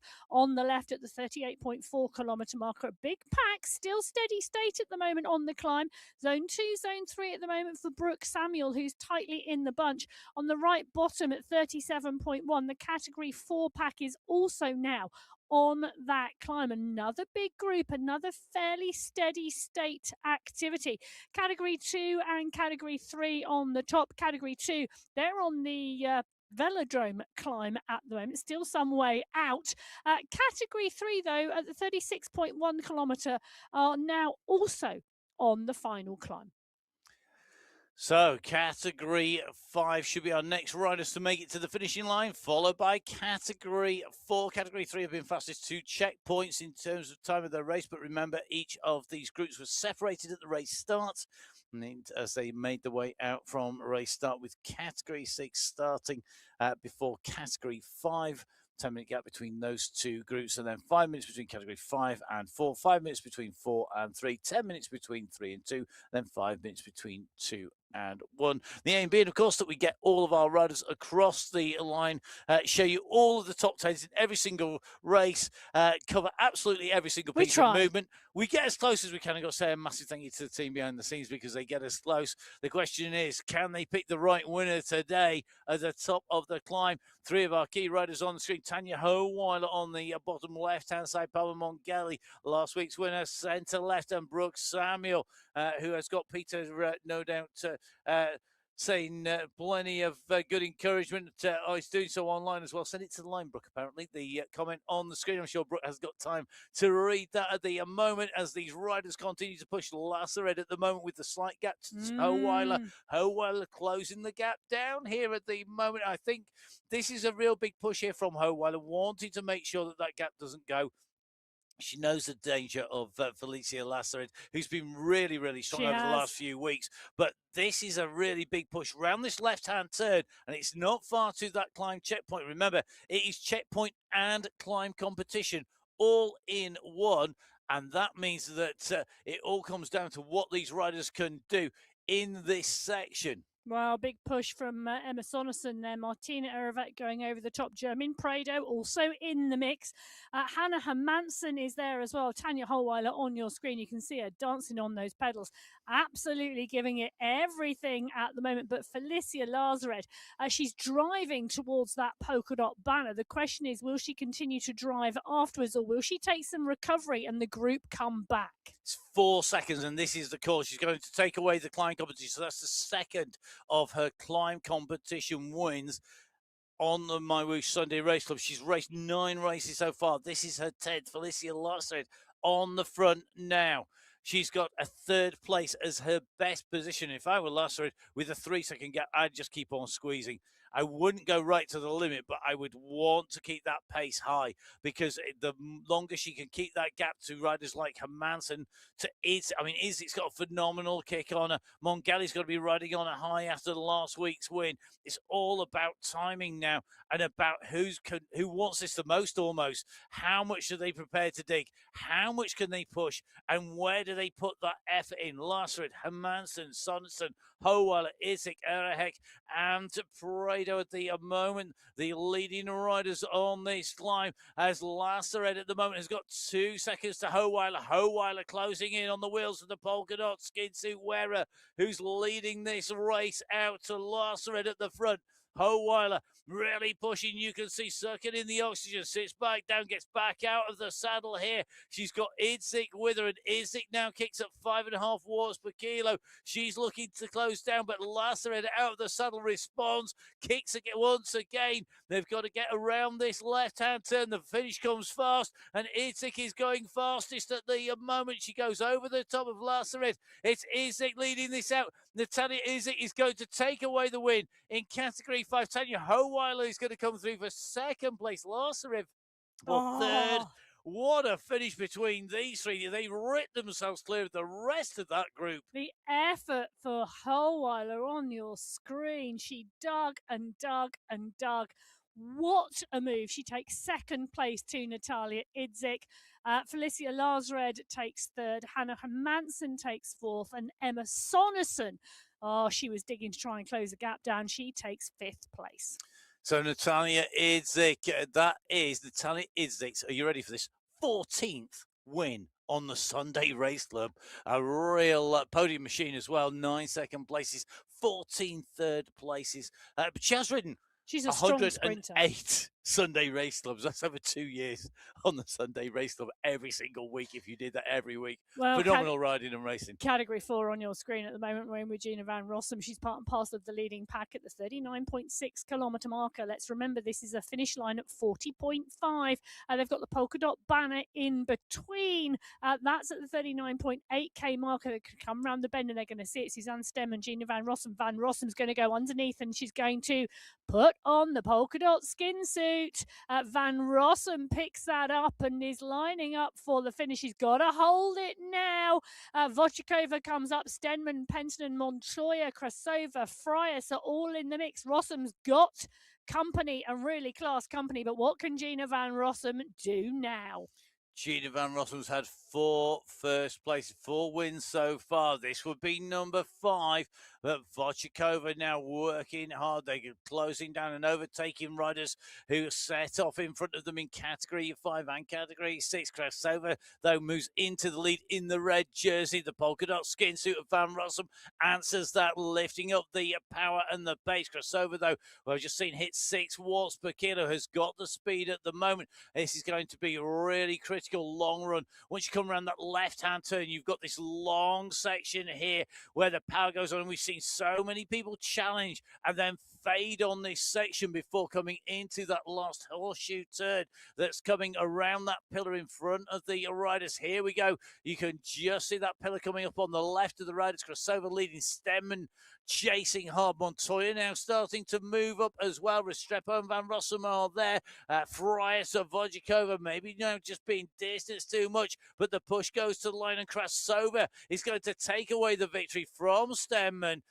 Katerina Krasova takes away the win here in Category 4 on the MyWhoosh Sunday Race Club. Well, Gina Van Rossum came through for third, Restrepo for fourth, and Frias for fifth. The Category 3 race is a light behind, as well as Ruti Reis and Stephanie Briggs battle it out for the polka dot skin suit. Ruti Reis, the rider from Brazil, picks it up. Briggs, Shanks, Lip, Tracy, all in the mix. So Krasova taking the win in Category 4. That's her first win. Sorry, it's not. It's a third win on the Category 4 race. As we dive in with this race here in Category 3. Great riding by Reese to take away that polka dot skin suit. But we've seen time and time again the polka dot skin suit wearer who's put in that effort then not able to repeat it on the run in over the finishing line. Look at the face of Shanks. Absolutely dial in this Dana Davidson. You can see really gritting her teeth here at the moment. It's lit from Reese at the moment. Reese is responding right hand side of your screen at the bottom. That is Reese out of the saddle in person, chasing Lip on this turn. On this section coming around here, and at the moment Lip has got that little bit of a gap to Reese. Reese is looking to close the gap. She's got to get her timing right here. Lip is continuing to kick though. Lip now drops to 6.3, 5.9. Reese though drops at the same time. This is going to be key. What can they do? They're coming into the left-hand turn. Lip's going to lead this out. Surely this is going to be Lip's. Reese is kicking though. She's going to bring the gap down. It's not going to be enough. Anne-Marie Lip takes away the race win in Category 3 on Qualifier 3 in the MyWhoosh Sunday Race Club. It's going to be a third place for Heather Shanks, who emptied the tank there. Brilliant riding. Gets the high five there in the pain cave, and quite rightly so. What a race. Anne-Marie Lip taking away the race win from Ruti Reis in second, Heather Shanks in third, Jem Reel in fourth, Christy Tracy in fifth. Reis takes the polka dot skin suit. And that sprint skin suit, I think, is going to be the sprint win for Anna Russell. Well, there we go. I'm just going to do a little double check because that was some finish. And Jen Reel, who held the course record in Category 3, still holds the course record and finishes in the top 5 today.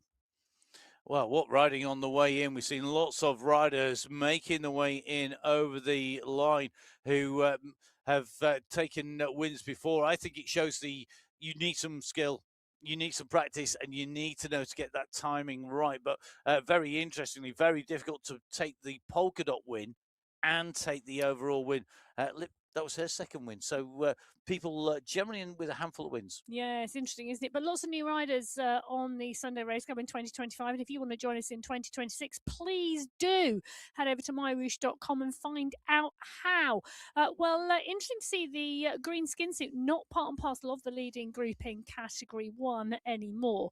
The moves by McCarthy after the sprints to drop the sprinters who are putting in the power and lifting those heart rates, doing the business and whittling the group down. So Holdcroft, Fua, Sopers, Coinston and Van Hove, Larson, Kiddle, Alberg, Gallegos, Van Hooling, McCarthy, Tomasi, Tidholm, 16 riders in the leading group in Category 1 as they are heading towards they're heading towards the base of the climb, just shy of 1 kilometre till the climb to the finish starts. Indeed, so at the moment the riders going to make their way over and past the lagoons. They'll move their way from the wooden boardwalk onto the elevated roadway, which is where you can see Category 2 at the moment in the 35.8 kilometre mark. 1 kilometre separating our riders on the road. The leaders in Category 2 on the right-hand side of your screen. The leaders in Category 1 on the left-hand side of your screen. Limited distance left to separate out these groups. Huge bunch in Category 2. A more reduced bunch from what was a smaller race field to start off with in Category 1. However, you need to be across that line in first place. The riders looking to take away that final win in our qualifiers before our finals next Sunday on the MyWhoosh Sunday Race Club. Each and every Sunday race action with all of the race fields across all of the cycling esports community. Remember, it's not just elite riders here. This is everybody from our standard race category 6 right the way up to our elite riders in category 1, racing for prizes, real money being paid out across all of our race categories. Can I There's just something for say, everybody. there is something for everybody, but this Category 2 race field have had a very, very steady race. I can say that because at the 33.3 kilometre marker, they were over a minute slower than the Category 3 race to that point. So the Category 2 race, we said the strength and depth, and actually, I'm just thinking about what I said at the beginning of the show. I did say the Category 2 race would go one of two ways. Either it would be a very steady race until the climb, or there would be groups of riders trying to break away and light it up. Nobody's done that. This has been a very steady state race for the Category 2 riders to this point. The size of the group, well, that's representative of that. The fact that there are probably 10 or 12 women in the group that could win this race today is going to make this finale very exciting. I suspect it could even be more than that, to be fair, given that you've had that rest period. And it does introduce that extra dimension. If you have a 15K climb, the only people it's going to suit is a 15K climber.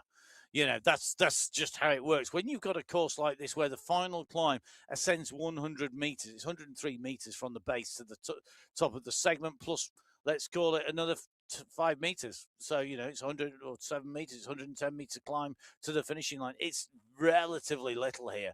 It does mean that a climber has an advantage, but you don't know who's got something left, who can't produce a 15K climb, but they can go stick it down there for 5K with repeated sprints. Let's see who's going to be able to take this out. Category 1 left-hand side, Catherine Furr already starting to wind this up with Alberg going onto her wheels. They're still on the dark tarmac section there, whereas the Category 2 are onto the blue section a little bit higher up this climb. They are indeed, and Category 1 on the left, just moving and pushing Larson, Alberg, Fua, Tidholm, Queenston at the front of the pack, Gabby Guerra paying close attention as well. Category 2, they are wide across the road. They're a kilometre further up the climb than the Category 1 race, and still there's no push off the front. Lucas, Penner, Ramett, Vellner, Kalman, Roach, all in the mix. They're all in the group. Katerina Karamani is in there as well as Cornelia Engstrom. Any one of those riders could take the win today. Category 1, however, back down the slopes. Alberg now pushing on. She puts in a dig and then she sits up. Catherine Fua, the rider, responding. Fua, I think, is really in the mood for a win today. She's been watching and monitoring during the final stages here, and while she might be on the front of the pack at the moment, that's because she was the rider responding to Alberg. They've gone up the short, sharp climb. They're now on one of the flatter plateaus, and there's a number of these plateaus on the climb that allows the group to concertina back together and gives opportunities for a little micro rest and a drop of the heart rate. I think everybody here is waiting and watching to see when the world champ goes, because they know that she's going to want to go and take the win, because, you know, that's what they're all here for. But she's the rider who really, it's hers to lose here on this climb, because we know she's so strong. We know she can climb so well, and she's got that power output. It's more of a gamble if it goes to a sprint, if it's a shorter run to the line. And I think by keeping this pace high, which is what we're seeing here, I mean, these riders keep on pushing. They're almost nullifying the effect of they're minimizing the chances, because you're not going to see this surprise attack come in, because you're keeping it up there. Every time it goes uphill, they're all lifting their pace. It makes it harder to spring a surprise. And I think the same is true in Category 2.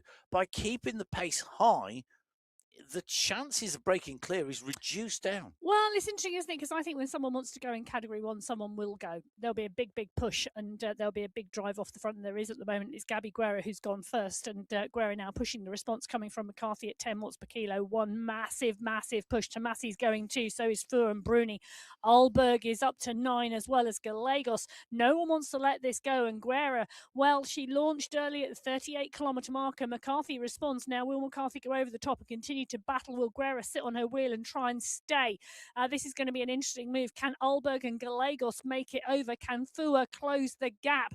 Guerra absolutely driving this. Kolchinsky is on the wheel. Kristen Kolchinsky's the rider to close the gap to McCarthy. We know Kolchinsky's a great climber, but pretty much the group now stretched. But, well, the head of the Comet is back. It certainly is. I think one of the interesting things there was that when Guerra went, she ended up going into a headwind, and that nullified. That meant anyone sitting on the wheels had the advantage. Whereas if you go on a tailwind section, you get that advantage of reducing down that draft effect for the bunch and minimizing that effect. Category 2 at the moment, 39.4k.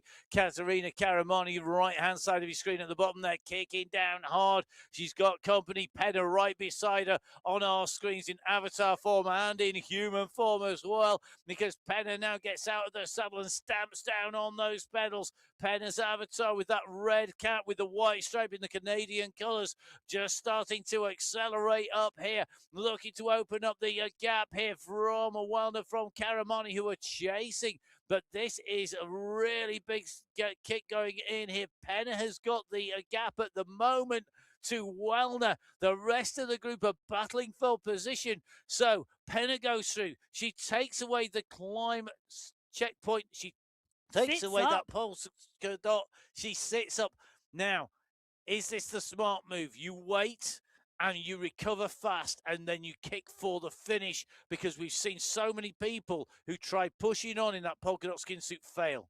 Oh, we have indeed. And Penna now being caught by Velna. Engstrom, Lucas, Karamani, Roach, Vittori, they are all continuing to climb and climb strongly, going up over the top of Tiffany Penna. Penna now up and out the saddle, trying to get back into the group, but Karamani is still going at a strong pace. She's had a second place on the MyWhoosh Sunday Race Cup. She's not taken a win yet.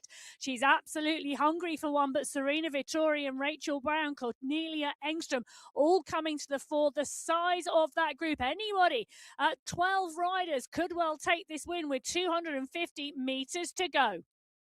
So Lucas leading at the moment. We've seen Charlotte Lucas sprinting in front of Dorothy Gonzalez-Rua a little bit earlier on. We know she's got the kick. Dana Wagner, though, goes well on this course each and every time we come here. And Dana Wagner at the moment is the rider who's going to go over the top here with the yellow helmet on. She's going to go to the fore. Dana Wagner goes over the top. She takes away the win from Carolina Leinonen. It's Dana Wagner on a course that she absolutely loves, taking a win here today on the MyWhoosh Sunday Race Club in Category 2. Dana Wagner doing the business once again, and that is Wagner's 7th win in 66 participations on the Sunday Race Club. As Category 1 is exploding behind here, because Mary Kate McCarthy on the move, 11 watts per kilo, kicking over the top of Guerra here. This is a monstrous run. McCarthy, look at the face of McCarthy. Well, she is indeed. The world champion is climbing her way here to a win on Qualifier 3 in December.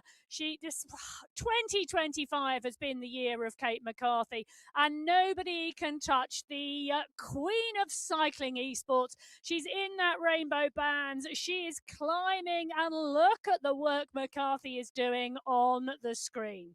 You can see the effort on McCarthy's face. You can see the power going down through that BMC bike that she's just received in those rainbow banded colours. She goes over the line and takes the win.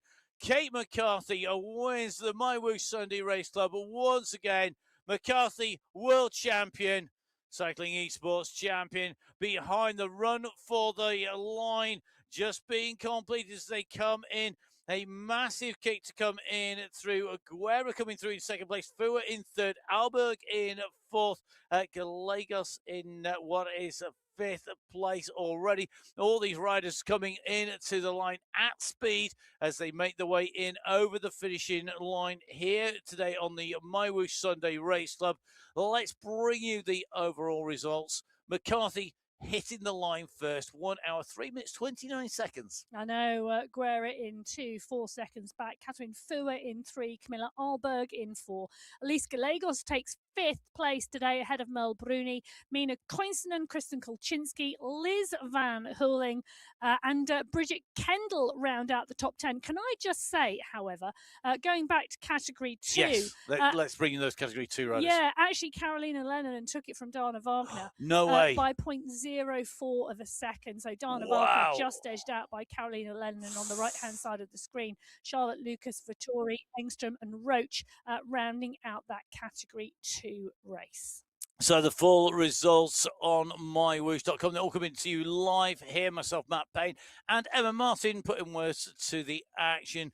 Brought to you by the amazing team behind the scenes at MyWhoosh. Don't forget, don't go anywhere. Get yourselves refueled, rehydrated, and make sure that you're ready for the men's race that's coming up, our final men's qualifier of December before we head into our finals. An explosive fast finish to the women's race. It's going to be a fast men's race.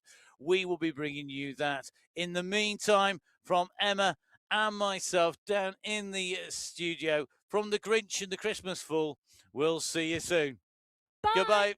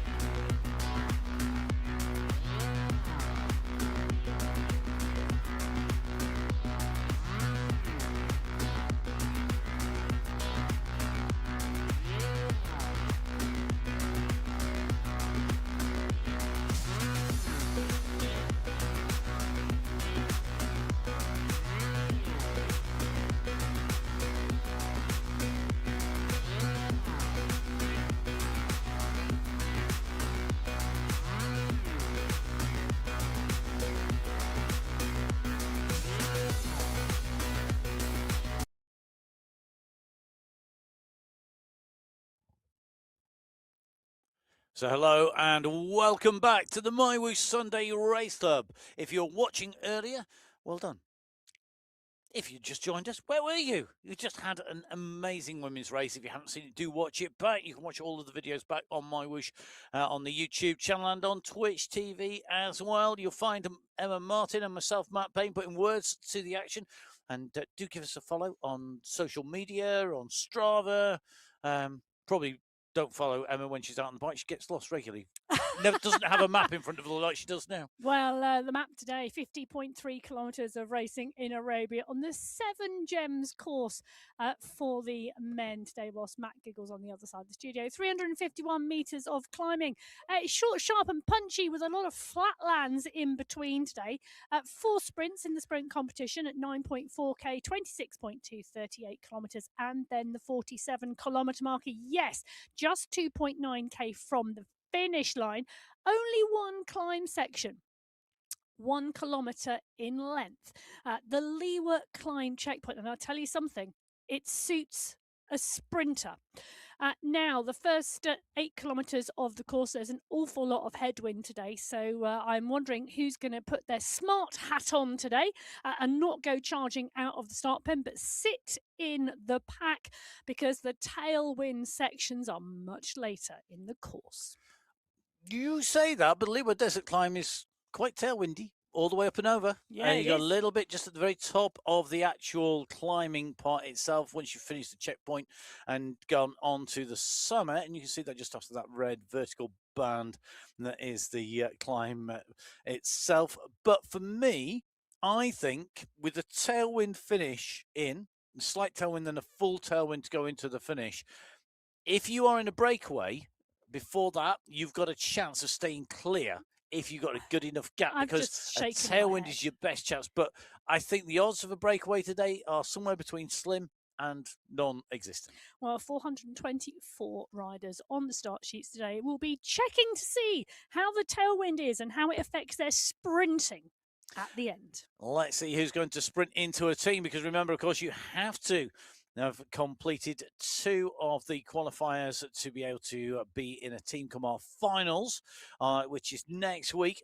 In terms of Category 6 teams, lots of teams in action here today. So you're going to highlight, though, are going to be our top 3 teams from last week. Taking 3rd place last week was the ZTBI Yanomami squad. Taking 2nd place was the BMC 6 squad. But taking away the win was the Stoppage team. Janowski, Krywonos, Lelowitz, and Skierski representing them today. And that includes Skierski, Janowitz, and Krywonos, who were the winners for the team last week. Category 6 up and away. 6 race categories, 6 our standard race category, right the way through to our elite race category riders, all on the same race route, all covering the same race distance, and all ascending the same minimalistic climbs today. Well, they are, and the pack are out the pen and rolling. 81 riders on the start sheet today in Category 6. Not quite the largest race field, that goes to Category 5, but pretty much nearly there. 81 riders, but the 2 top riders from last week have both progressed to Category 5. So congratulations to Felix Reimers, who goes up. He took the win last week. And Jason Thomason came in 2nd. He too progresses to Category 5. That leaves Petter, Lelwitz and Newman, who rounded out the 3rd, 4th and 5th spots. Anything else? I could keep going if you want me to, but I paused thinking you might want to chip in. No, I don't need to interject. It's fine. Okay. Well, the pack are up and rolling quickly, asking. just shy of 50 kilometres an hour at the 800 metre marker, and the big push is on the front. But the riders in the mix, there's so many new riders on the Sunday Race Club this year, and it has been absolutely fabulous to watch them join us and come and enjoy the racing on a Sunday. Andre Corbani, the rider from Brazil, he and his son both racing on the Sunday Race Club in 2025, and it's been brilliant to watch. One of my favourite Pain Cave pictures, actually, probably of the year, is going into them with one having started racing, the other just chilled out to start the race, waiting to go. In fact, here we go. No, you can see we've got Andre and Arthur Corbanis. Corbani. Arthur waiting to go, and what a way to get out riding, and great to see them in action already. What I want to know is does whoever gets the highest position get to tell the other, doesn't have to do the washing up at home? So whoever doesn't get this, whoever's the lowest position of the two has to do the washing I up. used to have a deal with my son because I used to race at the same races, not indoors, cyclocross or mountain biking with my lad. And we always used to have a rule: I'd come home and cook dinner, he'd wash bikes. No washing of bikes to be done, but I wonder who's cooking dinner. Okay. Do let us know on the on Instagram at biking_Emma for all food related other than eating things. Well, Andre Corbani in the mix, and the category 6-pack rolling strongly. A plethora of purple jerseys with 6 on the back. And you can see on the top right-hand corner of your screen the pace off the front. Already 3 or 4 riders dropped off the back of the group. It's already very quick now. Just a quick run round here. I know we always have new viewers, and thank you very much if you are just joining us, of what people are seeing. So each of these avatars, each of these figures are representing a rider who somewhere out in the world is putting in the power down in through their bike or their home trainer, through those pedals, and out and racing. So you can see Xavier Maillard on the left of your screen in the pain cave here, responding in his MyWhoosh jersey once again. And his avatar, it shows us his race position is in the middle of this pack. He's currently putting out around about that sort of 225 to 250 watts marker, nicely hiding in the draft as well. And that's indicated by the chevrons, green chevrons to the side of the power. If it's green, that means he's in the draft as well. So great positioning by Xavier at the moment. His heart rate 159, so plenty left to go as well. Revs 91, and that's all on that central top of the race screen. It shows you the speed and the distance as well as the race time that he's been out and engaged. Top right-hand side of your screen is the map, the radar view, the sat-nav, whichever way you want to look at it. Each of our riders represented by a disc because this is category 6, those discs are purple. And when the riders are all together, it looks like one big set of dominoes all piled on top of each other. Or tiddlywinks, if you were able to balance tiddlywinks, you're doing better than me. The riders at the moment making their way in and round. You can see that the groups have fractured. You can see at the moment the gradient is non-existent. It's a flat red line along. Now, that doesn't mean that our riders are in need of a bit of resuscitation, or they might do by the end of the racing. It means that that red line is indicating that there is no climbs coming up. It's 0%, and it's marked by that percentage indicator. The riders position is actually that yellow little vertical line across it, and you can just see a climb, just a dip and rise just starting to come in from the right hand side. Top right hand side, very top corner, you'll see the circle that indicates relative to the direction of the rider, the direction of the wind. So at the moment it is a cross headwind coming from the left hand side at 13, now 14 kilometers an hour. And to get shelter, the riders need to be the side that the arrow is pointing towards, not the side of the arrow.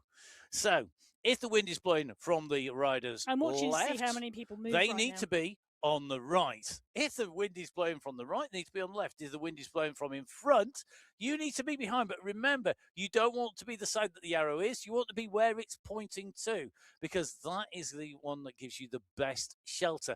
The wind effects are available on the general riding as well. There were different wheels with wind effects shown on MyWhoosh, and you can practice it, or you can turn it off if you want to have a wind-free ride, if you spent a lot of time riding in the wind recently. That is totally up to you. When you're racing, though, you can't turn that off, so the riders need to be able to get it right. One man who today we expect to be on full form and to know the wind direction inside out, a man who knows MyWhoosh inside out, a legend in the world of MyWhoosh and cycling esports, a man who not only for whom it is the summer solstice, but he has circumnavigated the sun once more. Happy birthday, Jeff Rooney. Well, the first man to Everest on MyWhoosh. It will go down in the record books forever. You see, Jeff is just littering the world with traces of himself that will hang around forever. Yeah, they're written in those record books, and Jeff doing an amazing job. Always great to see him on the show, in person and in avatar form. Always prepared to have a go, which is great to see as well. And always good to have a chat with as well. So, Jeff, congratulations on once more around the sun. All the best people are born around this time of year. Are they? Apparently so. Well, there we go. And I don't know why I'm yeah. laughing, because Qualifier 1 in January is my birthday. Is it really? It is. I Qualifier should 1. celebrate Are you by working on your racing. birthday? I should celebrate by racing rather than commentating, shouldn't I? And if you want, but might be a bit risky. Maybe I just come into the commentary box like normal. Well, Andrew Bain. Don't expect a birthday cake or anything. Not Andrew I'm Bain not is in singing the happy mix. birthday. Rennet Olsen is there too. Jason Magnus in the pack as well. The pack now rolling so strongly at the 4.8 kilometre marker. 7 minutes of racing complete. Mike Broadbent and Finlay Reddington. Finlay Reddington is one of the newer names to the Sunday Race Club. Do you know what? Finlay Reddington, it's a great name. It's a great name. It is. I do have visions of Red Reddington on the blacklist. When it comes to now, Cosimo. In with Cosimo Mancino. Ciao, Cosimo, the man who has some of the best pain cave shots ever. I have no idea how long you spent doing that, Cosimo, but absolutely a genius move. The duck is back. Generally, when the duck's around, Cosimo goes absolutely flying up the race. So today could be quackers. Oh dear, I was waiting for that. Sorry. I don't think Cosimo is quackers. I think Cosimo is putting a smile on everybody's face. I love the fact that somebody's skiing. I know. On the side there, by the look of it. It's good, isn't it? It's great. Can we put in requests, Cosimo? just keep on doing this. Well, just keep on keeping winter smiling. Sports, skiing. I know the Winter Olympics start fairly soon. And where are they? They are in Italy, in Milano, I think. Cosimo is like giggling at you, trying to remember where they are. Yeah, the Alps, basically. There we go. North Italy. There's certainly not south because there's no snow down there at the moment. No, it's very warm. I'm sure it's Cotto Milano or Cotto Torino.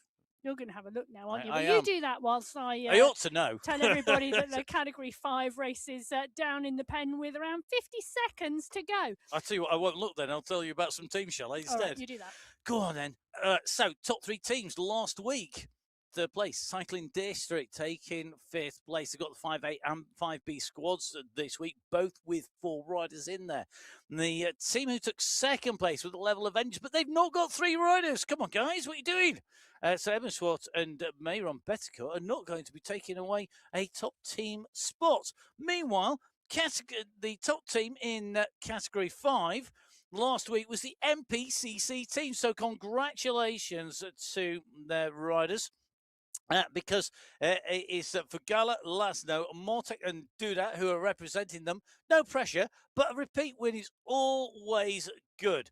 So, riders ready to go. The teams are ready to go. Remember, next week there's team prizes come into play and the riders have to qualify to be part of a team. Away go Category 5 today.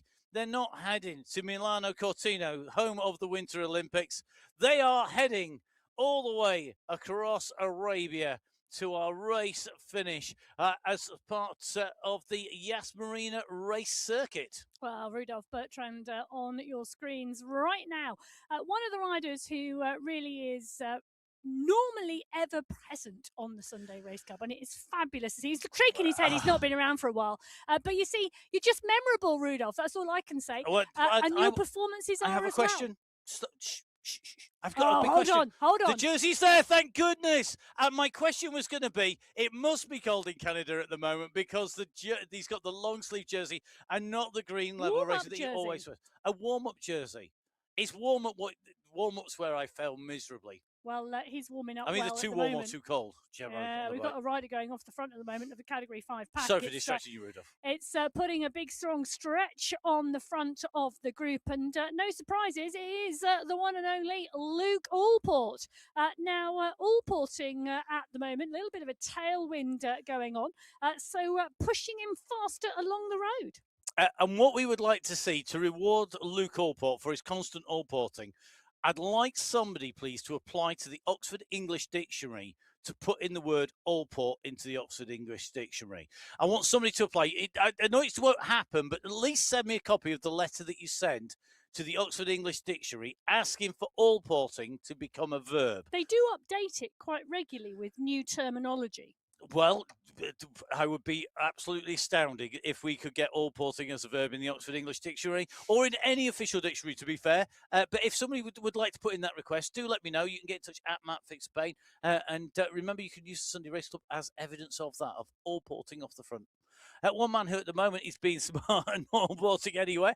It's going to be Bartholomew Sikorski, who is nicely tucked into the group. Sikorski with a very, very well-stocked medal and trophy shelf behind him. And we're clearly looking to add to that today. So welcome another of our big Polish contingent of riders racing on the Sunday Race Club. Bartholomew Sikorski there, view into a new pain cave, which is always good to see.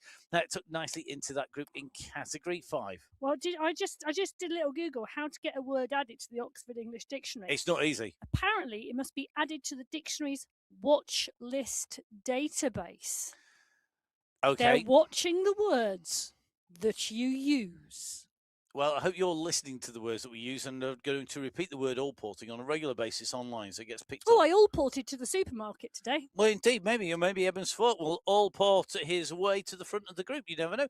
Good to see you, Eben, once again. Another of our regular Pain Cave riders that we get to see in the Pain Cave in person and racing their avatar here on the MyWhoosh Sunday Race Club. Now, Eben Swart, for me, this is a course that it's going to suit him. He's going to, because Yes. I think the type of explosive efforts that we get and the way that this is, if you race this route rather than ride this route, it can be brutal. It can be a really hard race. Don't be fooled by the fact that it's flat, relatively. It is a tough route. Xavier Maillard really winding it up here. Very interestingly, he's gone for the gap. He's got 2 seconds to the bunch at the moment, and Maillard has gone for a long one. 9.40K is the checkpoint, the first of our sprints here today on the men's race. And at the moment, you can see that Xavier Maillard has that gap back, and Lalowitz, along with Ibrahim Vaisinen, Germain and Bain, all trying to close the gap down. They're not going to touch Xavier Maillard. Well, he's absolutely fine. Congratulations to Xavier. Félicitations. Brilliant job, sir. You can see breathing hard there. 185, the heart rate as he goes through. 186, in fact, just touching on as he makes his way through after that sprint. So great sprinting for the Category 6 rider at the first checkpoint.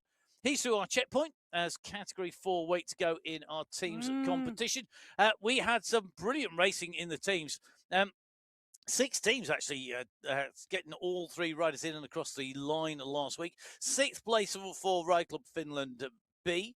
We had Ride Club Finland A in 5th, the Cycling District 4B in 4th. We had BMC Racing in 3rd. 2nd place was the Cycling District 4A, but the team who leave the pens with a golden mantle hovering above them, appropriate this time of year, Gonzalez, Neville Ross, Rimborg and Solly, the Level Golden Squad.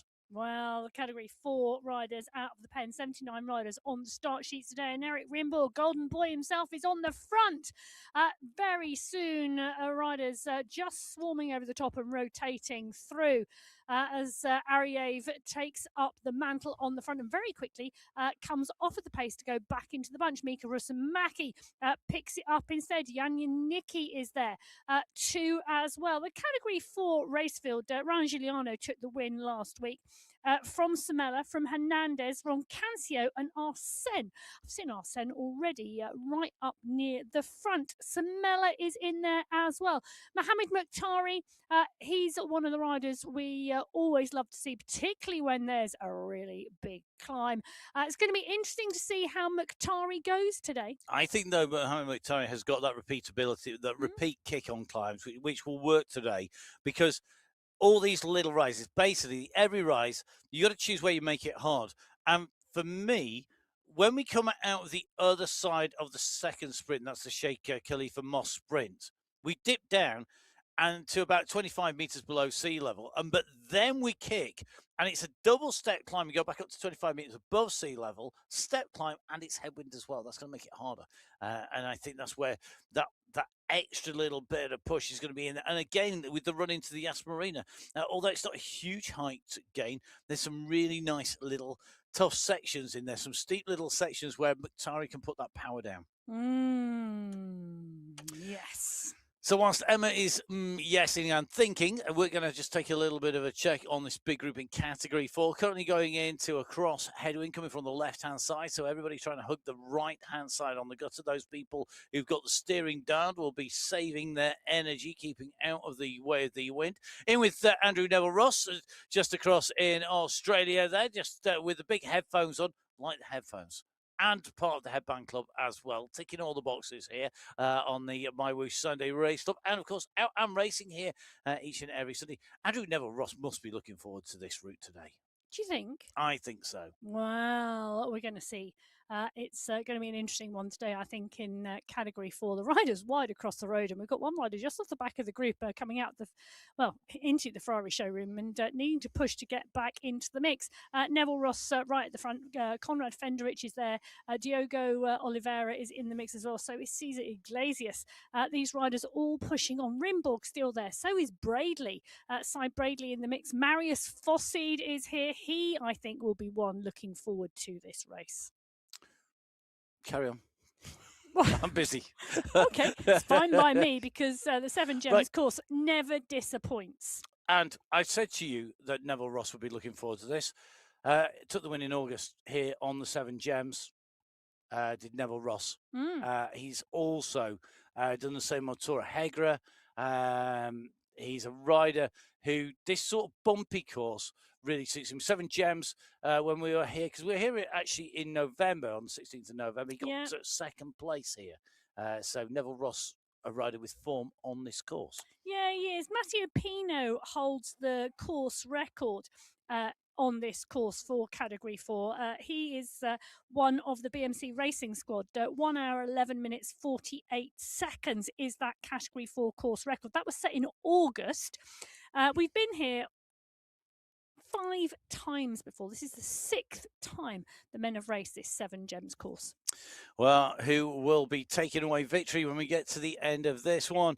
It is 6th time of asking on Seven Gems. So 7th is a charm, apparently. As we move into Category 4, Category 3 even. Let's get the numbers right. We're rattling through the categories so fast. Category 3, your teams who are here in numbers. Good to see the Sandstorm team putting 4 riders forwards with Hertz, Johnson, Gates and Batty. They're up against our top 3 teams of the last week. Cycling District Alpha, who took away 3rd place in the team competition. BMC Racing Up have failed to put 3 riders in, though. So the team who were second last week, not going to be scoring anything team-wise because they don't have the requisite 3 riders. Level Racing 3, Andrew Rushmer, George King and Arun Bakken representing Level Racing 3 on the 3rd qualifier. In Level 3, it's all the 3s. 3's a magic number. Who will be top 3 today out on the Seven Gems course? Well, good question. Henrik Hoyer may well be in the mix. Matthias Kalman, Roy Miles, Antiponi, David Badil, Benjamin Goodwin. Oh, Goodwin last week. Attack after attack after attack. Yes. It was absolutely fabulous racing, and he was rewarded with 5th place. Kisnowski took the win. Bloom took 2nd. Schledek took 3rd. Stedman took 4th. And Goodwin took that 5th place on the Jebel Hafit last week. Karlstrom took the sprint competition. 4 sprints today out there on the course. And the Category 3 pack, well, they are already motoring. Jussi Palaka on our screens at the moment.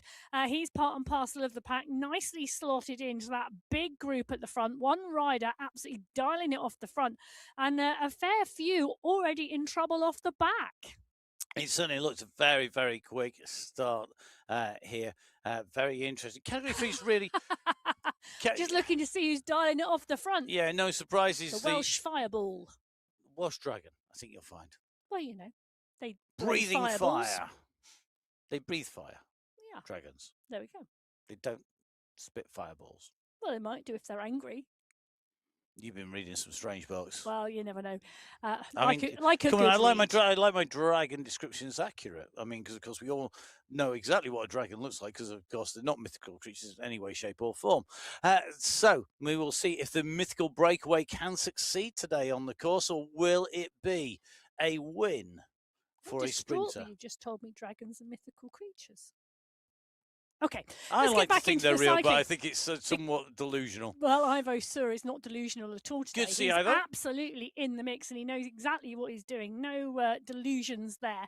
He's focused on the racing, tight in the bunch. The chevrons are there in the draft, moving well. We should have a consistency in pain cave prize. Oh, Ivo Sur would win it. It always looks the same. Do you know if you immaculate? You know when you've watched the Top Gear Awards, which is like a spoof Super Duper Awards thing? No, I don't like Top Gear. I know. Yeah. Well, People are going to hate me now. Don't worry, they hate me all the time. Top Gear. They used to do an awards at the end of the year. They did an awards, and it was all like, you know, the car with the worst door closer, or the car that promised the most and failed the least, or who did the best in some whatever. We could do the same again we could have combativity, we could have newcomer of the year, we could also have the most consistent pain cave and the most sartorially elegant rider.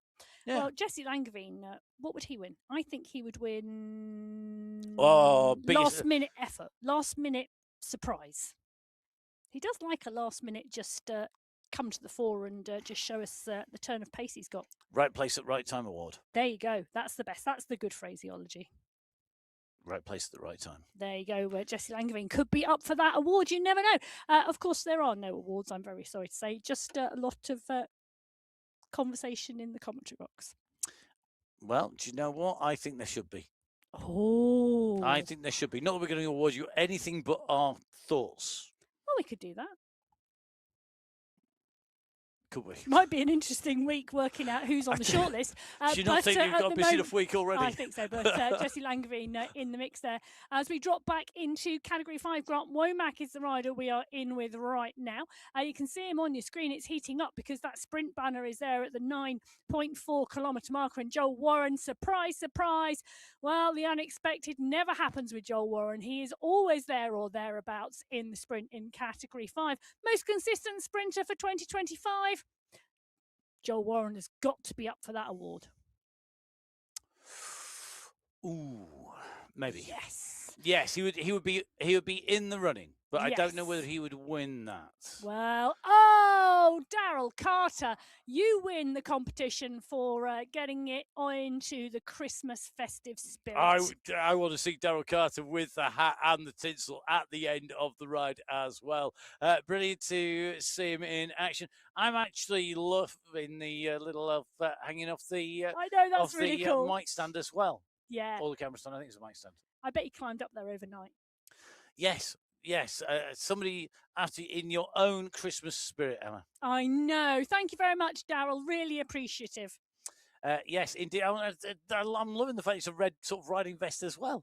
It's got into the mood. It is. For those people who celebrate Christmas, this is the final Sunday race club before those festive activities. I don't celebrate Christmas. Well, there we go. James Robinson on your screen as well. They are closing down the gap to the lone leader in the Category 4 race, and that was Quadrelli. Enrico Quadrelli. Now, that's a blast from the past. Enrico Quadrelli's been with us a long time, riding a lot on the MyWhoosh Sunday Race Club. Be good to see one of our regular riders taking the win next week, I think, on our very last one for 2024.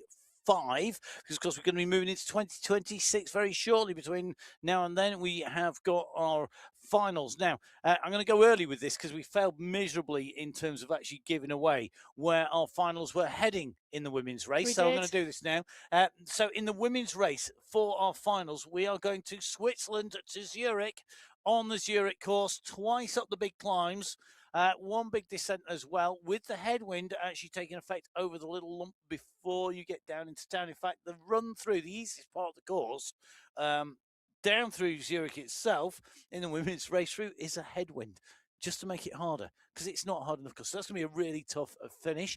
In the men's finals next week, we go to Colombia.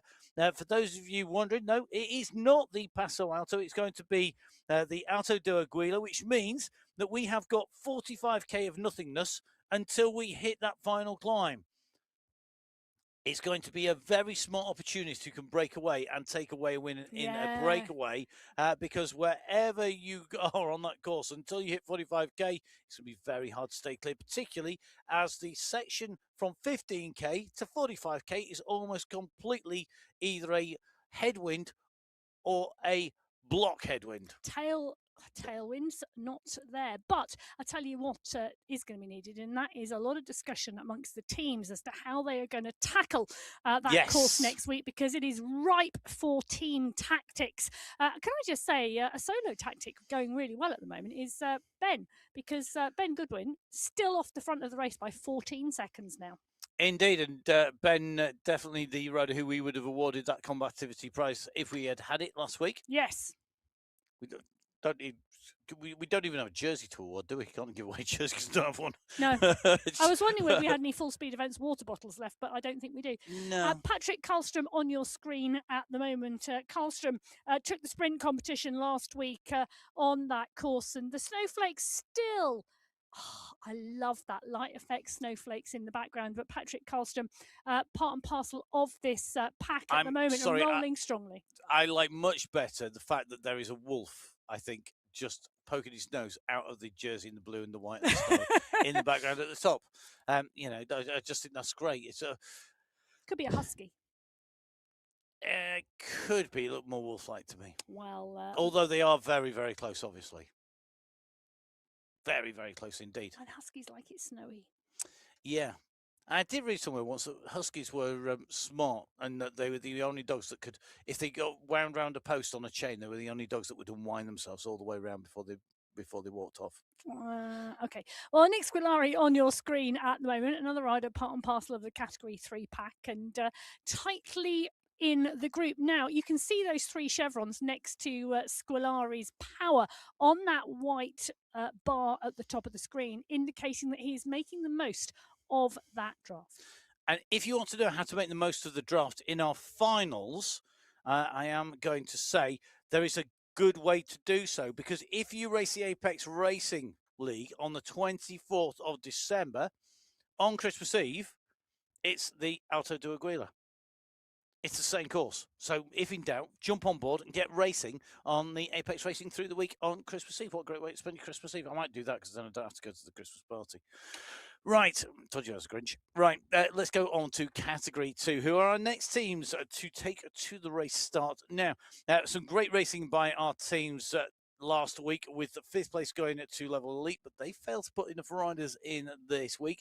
Fortunately, Beast Mode and friends have, and so they took 4th last week. 3rd place was the Abu Dhabi team. 2nd place was Gloria Victis, but the Hitmen played number 1s all the way to the top, because they were our number 1 team. They were the top of the hit parade. Grace, Fawcett, Miller, Coyston and Nair representing the Hitmen. Lots of teams in here. I'm going to see who's going to take away top team spot next week, but this is great practice for them today out on race route. Plenty of opportunities to use the draft to your good effect as the riders head out onto race route. Category 2, up and away, leaving race start here in the Pens, heading out onto the Arabia 7 Jams race route, one of the classic race routes on MyWhoosh, one of the very original terrains, the Arabian world. You'll see it used quite a lot if you do take a dive back through the back catalogue of racing. Don't forget, we'd rather see you out racing next week than you watching reruns from previous weeks, because we want to see you out and racing. And already, quickly out of the pen, Nathan Guerra kicking on down. He is being marked here by Phil Graves, SS Mistakes 100. And Nathan is on our screens, riding in the United States of America. It's the early hours of the morning where Nathan is at the moment. And at the moment, kicking on down. Nathan, good to see him on board, out racing, making the most of this early start to kick clear at the moment, and maybe just wanting a quick race today. Yeah, and why not Phil Graves also going hard and strong and right on his wheel. Marcin Troshanowski in 3, James Krasnich, Daniel Dias, Nicholas Trujillo, all there. Arnie Jacobs is in the mix as well. But a couple of seconds Guerra and Graves have at the moment. I'm going to make a prediction. It's not going to stick. It's not a hard prediction to make at this stage. We're going to move quickly on from my gloomy predictions to one man who lights up the racing, Marcin Troshanowski. Again, long jerseys, lots of long jerseys today. It's People chilly. want to get warmed up to the right. Well, I think it's really important that what you want is you want to be at the right temperature at the end of the race, not the start of the race. If you're the right temperature at the start of the race, he's about to take his warm-up jersey off now. If you're the right temperature at the start of the race, you'll be too hot at the end. Well, I agree. And heat drift is a terrible thing. Yeah, but you also, you need to keep those muscles warm, particularly when there's a fast start. And Michael Schuren on your screen at the moment, part and parcel of that fast start. He's doing the work to cross the bridge to Graves and Guerra, and you can see the effort and the cadence, the tapping of that rhythm in that pain cave, just sitting back in that saddle now as he sees Guerra's wheel come a little closer. But the pace from Graves and Guerra early on here, they're still motoring. They are still motoring. Troshanowski and Schuren, the riders who are likely to make the junction. Breakaway artist Bruce Bird has seen the opportunity. I think it's just a little bit too far back in the pack. And the problem is that if you keep on getting a long string of riders coming across now, all it's going to do is bring the whole bunch back together again. What the group at the front need, they need sort of 4, 5, 6 riders to come. And then everybody else to go, do you know what? Crack on, lads. We're not worried. So let's keep a check as Maciej Mindakowicz, the next rider on our screen. Now, Maciej Mindakowicz is definitely a rider for me today, who I think, if you're racing, don't listen to this, I might be giving away Maciej's tactics, but I think is going to go as you go over the top of the summit, the last peak coming into the Yas Marina circuit with that tailwind finish. I'm predicting he's going to go to about 2K to go. Well, he does like a long finish. Yeah, and it's downhill run down into a tailwind section. It's a real place to really power into. Yeah, there's another rider there on our screen with a lot of power. Andre Notes. It's been really good watching him, and it is Category 2. 73 riders on the start sheets. And we often say with Category 2, it is one of those race fields that you just don't know what's going to happen. Nico, Godzari, Nair, Buster, and X100 were the top 5 last week on the Jebel Hafit. I'm going to make a really easy prediction. Big sprint today. Olivier Simmons could well be in the mix. He had Ross Fawcett in the racing from his garden last week. Wouldn't he let him in the house? Well, understandably not. I know it's out in the garden with your turbo trainer. I'm in the pain cave. It's kind of like in the Christmas spirit of there's no room at the inn, mate, but there's no room at the inn and no room at the inn. Okay, let's dive across to the riders who are going to be heading out last from our pens of the Category 1 riders. Great to see our teams in action. Cycling District 1 with the full squad through with Alvarado, Lopes and Machado. The team from Alvajor, well, they've got 4 riders, Dan Turek, Ilana Vajasin, Mikko Kaminsky and Ollie Jones. They were 3rd last week. The team who were 2nd last week, Team Scandi Racing, but we've got Jakob Dane and Niall Pedersen. We don't have their 3rd counter today in as part of the team, which means that they're not going to count. It does mean Boss Moves only squad with Jason Osborne, the world champion, Michael Nussen, Michael Vink and Said Safrazadi are in prime position to take away top spot. Well, we'll see who will be in the right place at the right time. It could be a very close team competition given the run to the finish that we have. It's time to go racing. Our last set of riders away, heading out onto our race route, the Arabia 7 Gems race route. 50.3 kilometers of racing, 351 meters of ascent in totality. The riders, though, it's a very fast, flat start. What can they do today out on the course? Will Category 1 replicate the women's race with a pedestrian-like start, or will it be power and performance all the way? Who knows? Only time will tell. Well, Jason Osborne, the world champion on the front, and Lana Vujasin on his wheel. Christoph Kroll, Dan Turek, all there. They're 400 metres out start penners on the right-hand side of your screen. The Category 2 race field continue to push on there at the 4-kilometre marker. And Phil Graves and Nathan Guerra look like they are near enough back in the fold. Well, I'm not sure they've been recaptured, and Phil Grace has gone once again. Grace looking to go for a long one, and good to see Phil in action once again. The rider with the most rides on a Sunday race club. Just because I know some people will be keeping check, Phil Graves over the years has now reached 207. This is 208th participation on the Sunday Race Club. Wow. That's dedication. It is. Or madness. That's what you need. Yes. That's a band. It is. You don't like madness as a band, No, I do you? don't. I do. I think Suckers in the Band were fun. Do you? Yeah. Oh, okay. Well, it was just fun. Well, have some fun. Can I Says tell the you what Grinch is on the fun? other side of the studio. Fun is Bruce Bird being off the front now with a Category 2 pack because he's bided his time. He's let Guerra and Graves go down the road. He watched the front of the group. He was mindful of what was happening. It all came back together, and boom, Bruce Bird went. Well, Andre nods at the moment. The rider who's tucked in his back, certainly looking warm there, revving away 105 revs per minute, 106, keeping in that draft as well. Good to see Andre once again, our rider from South Africa in here, and we'll see whether he can keep in contention, ready to go for the finish. Meanwhile, Jason Osborne has decided we might be going through Ferrari World. We might have only covered 1.5 kilometres, but you know what? Yeah, not going to have it easy today because Osborne has gone. He's thrown down the gauntlet, and let's see who is going to pick it up at the moment. Now, Pedersen is leading the charge behind. For me, I mean, this is perfect tactics for Osborne because I tell you something, Pedersen on your screen at the moment. Oh, look at that World Champs jersey. Nice to see that in action. But Pedersen, for me, would be wanting to take this to a sprint along with a number of the other riders there.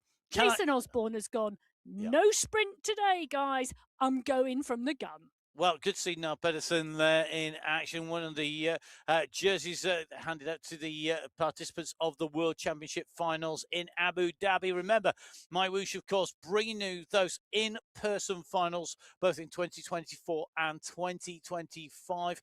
Jason Osborne taking victory on both occasions in the men's race. Kate McCarthy did the same in the women's competition, but both of those live in person. Another of our finalists, Ollie Jones, in action, looking to go across to Osborne. Probably, if Jason Osborne didn't want one companion when it came to the finale, it'd probably be Ollie Jones, because Ollie Jones got a great sprint. And why would that not then be the driver for Ollie Jones to cross the gap and get on his wheel? Because Jones knows, it would be. If we can do this 2 up all the way, I've got the pace and the power to cross over and get onto your wheel. I've now just got to stay there because we can make a 2-man breakaway. This would be amazing. But nobody is going to let them go at the 3-kilometre marker. No, it's all the alarms going off. It's like ding, ding, ding, ding, ding, ding, ding, ding. Big sirens going. Whatever you make up your own siren at home. Lionel Vajassin will be very aware of who's on the move at the moment on the front. Vajassin's avatar at the moment with a Bhutan beanie. It's definitely been to Bhutan. Lionel, though, with the headband on the go, one of the original founders of the Headband Club on MyWhoosh. Not a real thing, I hasten to add. You can't join it, although somebody's bound to set a club up now. Set a club up called the Headband Club. Well, it's really easy to do that. I should set a club up in a team so you could get your team, your club onto MyWhoosh. Just jump on board, get racing on the Cycling Esports League. Please, somebody put a team together on the Cycling Esports League, which is the Headband Club. That'd be really cool. Well, I'm sure that might be possible. Anavu Yassin trying to cross the gap now because Knudsen has made the juncture to the what is now a 3-man breakaway. Knudsen took 2nd place last week on the Yebel Hafit to Osborne. Safrazadi, Tugels and Shurek rounded out the top 5. Pedersen took the sprint competition. Tugels not here today, not on the start sheets. 33 riders on the start sheets in Category 1. It's going to be an interesting day if the start of this race is anything to go by. The assumption that this would be a big sprint could well not come to play. I always think this Seven Gems course is interesting because I think it splits into sort of thirds. The first third is fairly flat with a couple of bumps. The mid third is the lumpy bit, and then the final third is the run for the finish. And Matthias Van He will be waiting for that run to the finish because he's got a turn of speed and a sneaky way to be in the right place at the right time at a finish line. Really smart, really smart. And we've seen that in the Belgian courses from Van He, and this is very similar to a lot of those Belgian courses. Really steep sections on the climbs, but very short, very sharp. The breakaway in the front, the riders in this rear group now have got to start really being attentive. Whilst, however, the front lead group is smaller than the group behind, you've got a chance. But with every rider that comes across, every single rider who makes that, the moment it's 5, Panizza would make that 6, Andreasen would make that 7.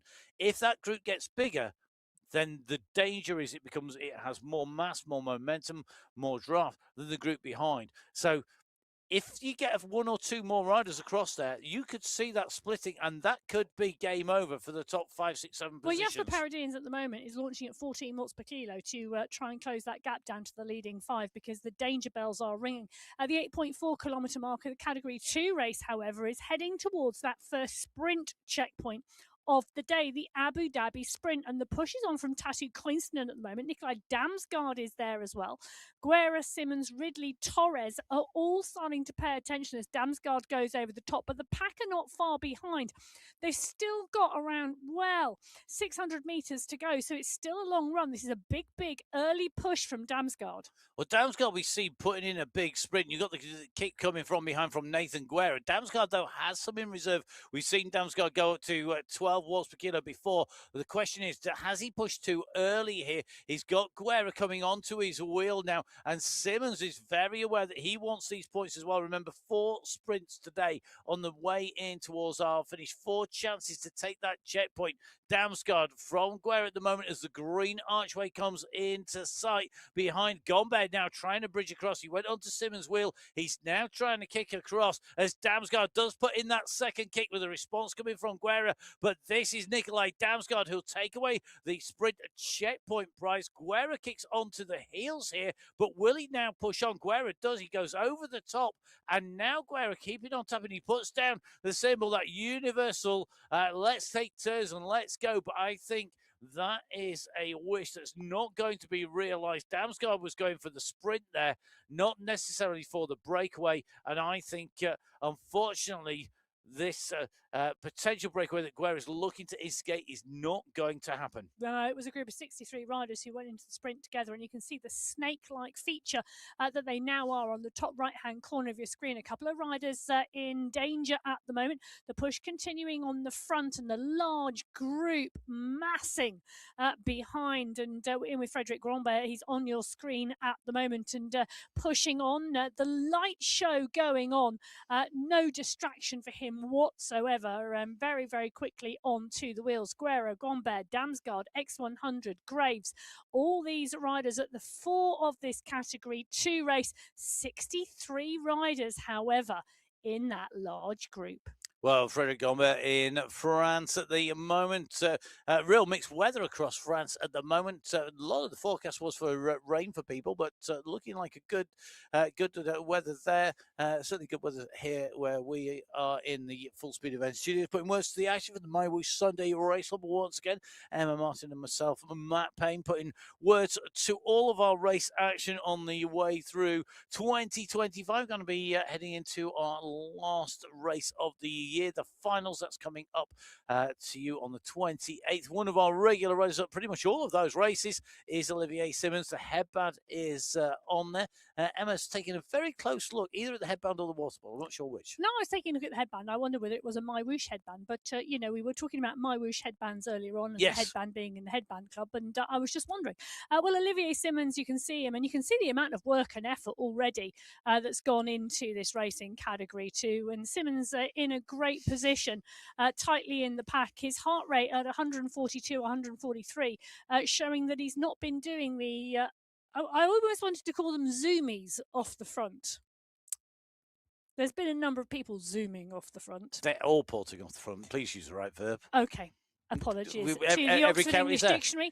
The verb to all ports wanting to go onto the watch list to ensure that at one point in time it goes into the dictionary. Well, going to see if it does make it or it doesn't. I think it's a big ask, almost as big an ask as going clear of a Category 2 pack on the Sunday race on a course like this. Yeah, it does indeed. Well, the course like this, it's Nathan Guerra who's off the front again. Category 1, we're dropping back to at the 8.3 kilometre marker. They're around 1k out from the first sprint checkpoint of the day. We've got a big gap. 5 riders clear, but it's not the same 5 riders that we had out front before. Skierski and Pedersen on your screen now, both part and parcel of this leading group. Skierski, Osborne, Knudsen, Pedersen, and Dont. Jones is back in the pack, 12 seconds behind. But the big push now coming from Skierski on the front here. They're still some way off, though, 650 metres off of that banner. They are, and Skierski, very interesting chat with Pavel Skierski on the Virtual Velo podcast. I know, you were sitting that one out. I'd listened to it, really loved it. Pavel Skierski, absolutely lovely guy. Came across on another medicine student. Again, we've got a number of people who are studying or who are doctors, a whole range of professions out there, and really refreshing chat with him. Well worth a listen on the Virtual Velo podcast, which you can get on wherever you get your podcast from, and of course on YouTube, etc. Pavel Skierski on the front here. Osborne is hovering though. Skierski's going to need to be attentive.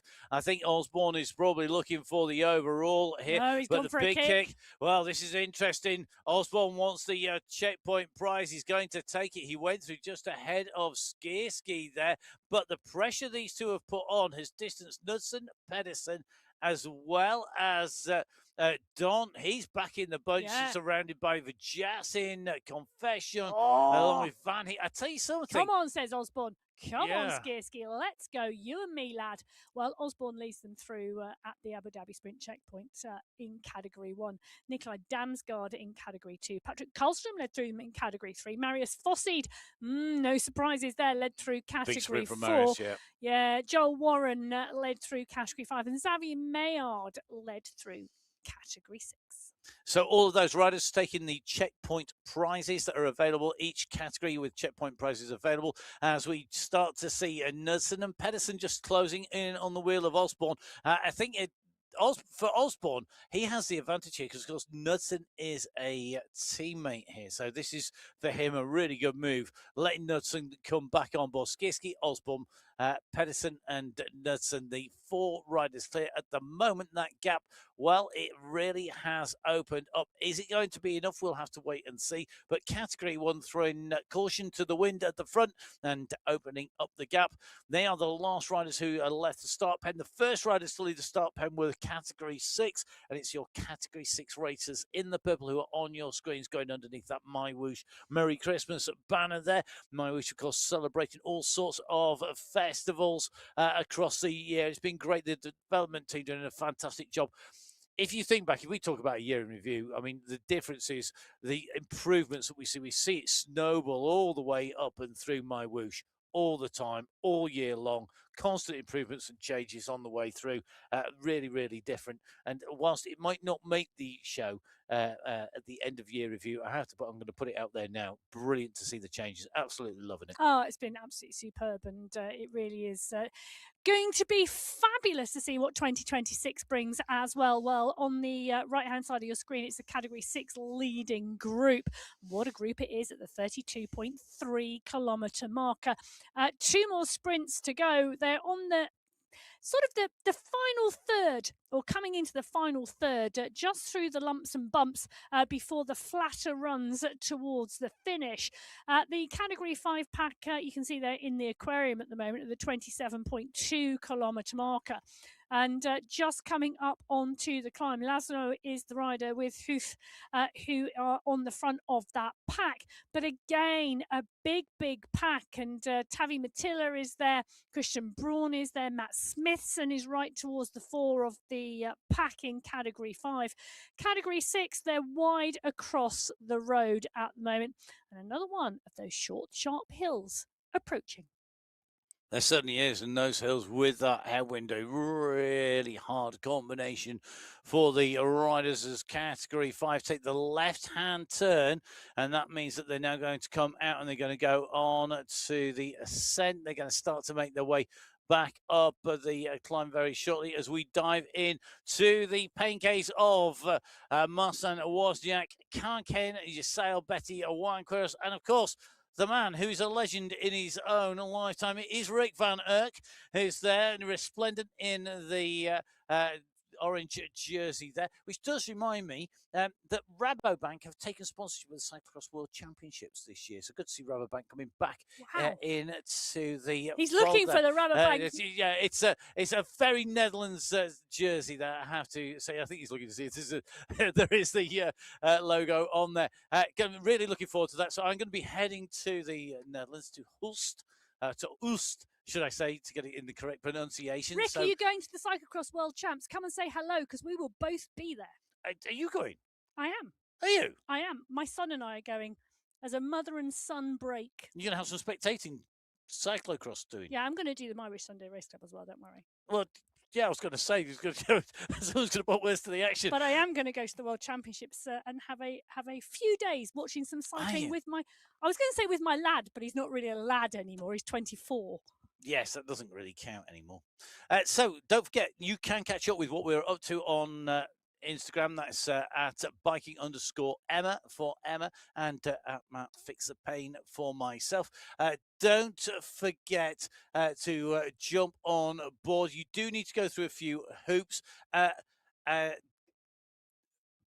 Esports Racing, which is Phil Proctor, if I remember correctly, messed up the video part of the PPT.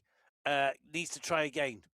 Yes, don't mess up the video on the way through. You do have to video it. It's part of the verification process.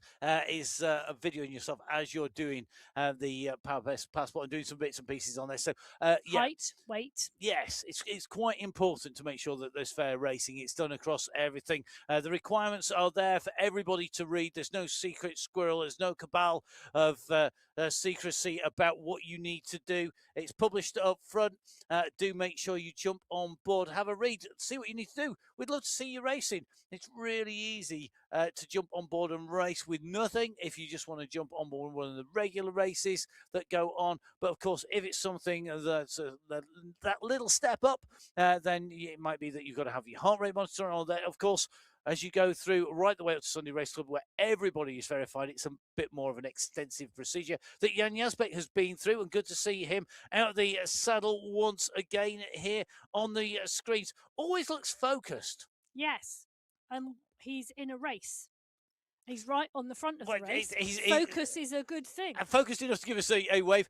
Certainly looking, I'm loving the out of the saddle. You see, that's dancing on the pedals. We were talking about dancing earlier on. He's just tapping away. He's not forcing it through. He's not yanking those bars. He's tapping away out of the saddle, dancing away. Really nice style. I am a sucker for nice style on a bike. Yes. Jan Jasbeck and Damien Kiesnowski, the two riders at the front of the Category 3 pack, they're at the 24-kilometre marker. This is a 50.3-kilometre race.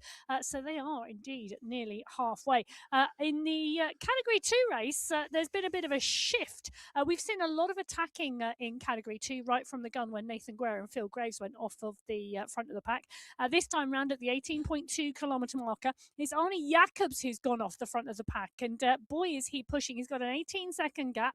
He's sitting at that around 6 watts per kilo.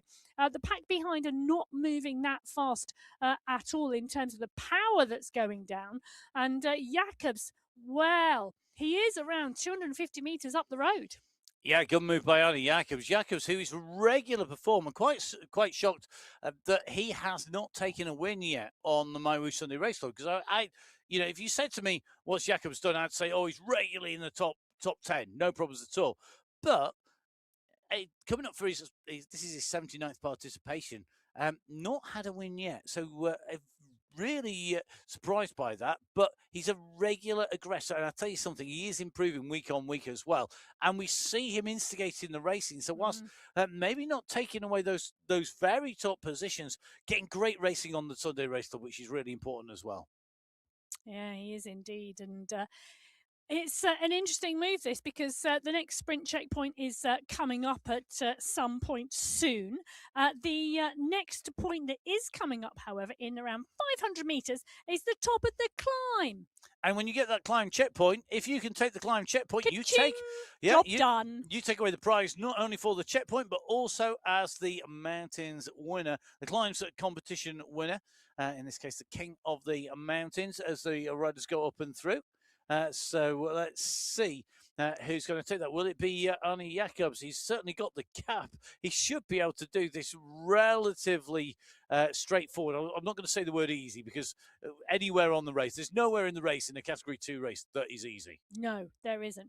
But Jacobs has really made the move, and made the move early, stamping the conviction down on the pedals to take the Liwa climb checkpoint here today, and the polka dot skin suit. There is indeed the polka dot banner. The group are behind, and they are stretching, with riders getting dropped off the back, but no one is going to touch Arnie Jacobs today in the King of the Mountains. He is indeed the polka dot wearer and the King of the Mountains in Category 2. I always like it when we can, award jerseys early in the racing. Yeah, and that is it now. So Arnie Jacobs takes Category 2. Sebastian Havo took Category 3. Daniel Cadiz is in polka dots in Category 4.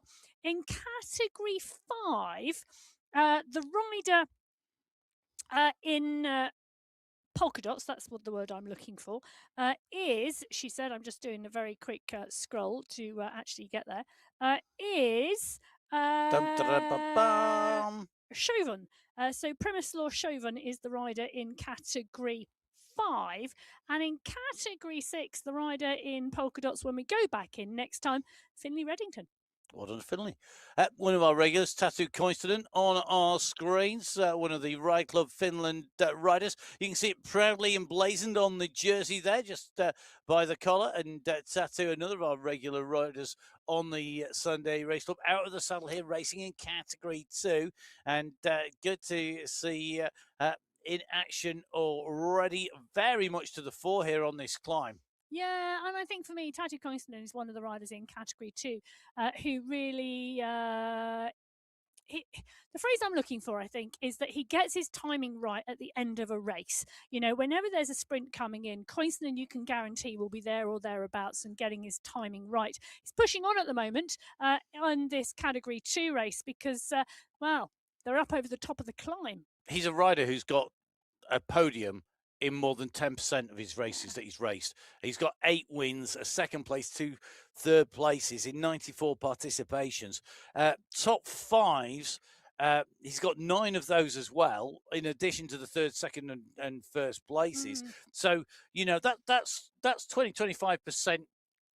Totally, he gets his timing right at the finish of a race. Great positioning. 5 KOM jerseys as well for Tatu Koistonen. I mean, one of our real strong regular riders. One rider we talked about earlier, Enrico Quadrelli, on your screens at the moment.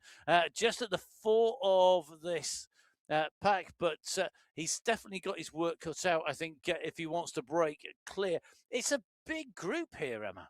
It is indeed. The Category 4 pack at the 30.5 kilometre marker. It is a really big pack, and really interesting to see them go through and continue. This is a type of course, though, because the categories are so well matched, and this is about riding and racing with like ability riders. Because the categorization is so tight, it leads to these big groups together on courses where there aren't big climbs, because they can easily match each other's power for the short period of time that is required for the shorter, sharper, punchier climbs. So when I said at the beginning, expect some sprints at the end, I wasn't joking. No, you do rarely joke about your predictions. Just trying to think then about when I last made a jokey prediction. Don't think you do. That's my job. So our riders on the way in. In fact, I'm not even sure that I do. Very careful about my predictions. Guillaume, do you know I can make a prediction? All our riders are going to have a great race today and a great workout, and they will improve if they rest properly afterwards. Well, Arsene had a great race last week on the Jebel Hafid, taking 5th place. A very different type of racing today. It's going to be interesting to see how he goes. Yeah, it was a real big power up there. Bonjour, Guillaume. Just seeing the riders with that wave, but we do wave in the studio. I can guarantee that we always do as we go back to category one. Now, Jason Osborne, who took away the sprint checkpoint, looking, I think, to clean up today because Osborne kicks on through that climb checkpoint as well. But what for me is really interesting, every time the pressure goes on, Skierski and Osborne break clear of Pedersen and Knudsen. So you see Skierski and Osborne with that gap back, and then you see the four runners starting to come uh, back together again. Very interesting. Yeah, it is indeed. And what's also interesting is Christoph Flubus off the front of the pack of category two, but Vidal Mayer is with him. So is Phil Graves. So at the moment, the riders off the front of the group, the rest of the riders trying to come back together. We're getting a very aggressive race here in category two, as you'd expect. 53 kilometers an hour at the moment, the speed of Marcin Wozniak as he comes through. He just comes alongside SS, goes up towards him here. He's with Mindakowicz. He's got Bird for company. These riders at the moment are really winding this up on there. They had that slight tailwind section. It now goes into a cross head towards a full-on headwind, but they'll soon turn left again and come back out of it. The problem is that they're climbing at the same time as you climb away from the Oasis and take this left-hand turn here. The riders on the front, Flubus, Grace, and Mayer. I mean, they're three strong riders. Nobody's going to let them go, are they? No, and they're not, because this small chase group behind are really working and to bring them back. There's a big long stretch now coming on the group that are further back, but Wozniak, SS, Jochen, Bird really starting to move. Graves, Mayer and Flubus now 4 seconds, not 6. But I'll tell you something, Phil Graves has been really instrumental today in pushing this race. He really, well, yeah, he was right on it from the start. He's really pushed hard. He's really wound this up. And I think very much the case that he wants this to be a long effort for everybody. Interesting to see who's chasing. For me, it's not just about who's at the front. It's about who's chasing behind. Who's putting in the effort to bring groups back. Who's really feeling like they want this. Who's prepared to put that work in to move on. The four leaders in category one really rocketed along. Pedersen, Knudsen, Osborne and Skierski. 20-second gap to Paradis, Gulset and the rest of the bunch. That's category one, top left-hand side of your screen. Top right-hand side of your screen, you've got Mayer, Graves and Flubus with a gap of 6 seconds to the chasing group behind in category two. Category three, bottom left-hand side of your screen, you see a massive group of riders be together with one or two left behind, but not a huge amount left behind. In category four, repeating the trend of let's put a big bunch onto the roads, absolutely flying around the roads of Arabia today here on the MyWhoosh Sunday Race Club. The category four riders at the 33.2 kilometer marker. I'll tell you something. There's some real motoring by the riders today. Anyone who thinks it's a bit like when you see a Grand Tour stage cut down and they take out one or two of the climbs because it snowed over or whatever, and they, because they've gone too early up into the Alps or wherever. We were talking about snow sports earlier, so I picked on this, but they cut the stage down. It's a shorter stage, and everybody just races harder. They're always explosive, and I think that's what we're seeing here. Because the climbs have been cut out, because it's a relatively flat stage, everybody's up for it. Well, Che Howell are well and truly in the draft at the moment, and it is one of the good places to be because there are 46 riders in that leading group in category three. Well, that 6 second gap still holding in category two for our leaders, Graves, Mayer and Flubus. So SS doing a lot of the work to pull this group back together again, just on the front here. As they make their way under, they're going to go underneath the MyWhoosh banner there as they take this right-hand turn. The sprint is not that far away. They've got a left-hand turn to get there, but I can't see this group, even if the sprinters go now, pulling back the three in front, because the three in front surely are not going to let the chance of a sprint segment go. Why would you? You're at the 25 coming up for 26 kilometer marker. The sprint is at 26.2. surely you're going to want to go for Oh, this. they've You see, pushed. look at this Mer's really kicking on now. Graves is going up against this Flubus, just in danger of being caught and dropped here. Mare, though, massive kick, 12 watts per kilo. We saw there from Vidal Mare. His goes underneath. He's going to take that checkpoint. Behind Damsgaard, looking to mop up the rest of the points in here. So Damsgaard adding to his points total from checkpoint 1. But it's not a done deal here. No, it's going to be interesting to see who picks up the single point that's available to the pack. And it was indeed Godzarski. I'm just having a little look as well because that group behind, interesting to see how big it is. And I can tell you. Go on. So 4 riders out front. Yep. 48 riders chasing. Yeah, just too big. Just too It's big. huge. Break it down, guys. Come on. Use the terrain. It's bumpy now. Well, it's really bumpy now. You've got a big drop down coming up. Use it. And I am sure they will. The push on the front from the 2 riders as they go into the aquarium. They're in the base at the moment and about to come out of the climb. The big pack hunting them down and chasing 48 riders in that group. And look at it, 1s and 2s ahead, trying to bridge over to Graves and Mare. And keeping it hard. With so much draft available, you've got to keep the pressure on. You've got to really make people work. Keep smart, be in that draft, keep out of the way.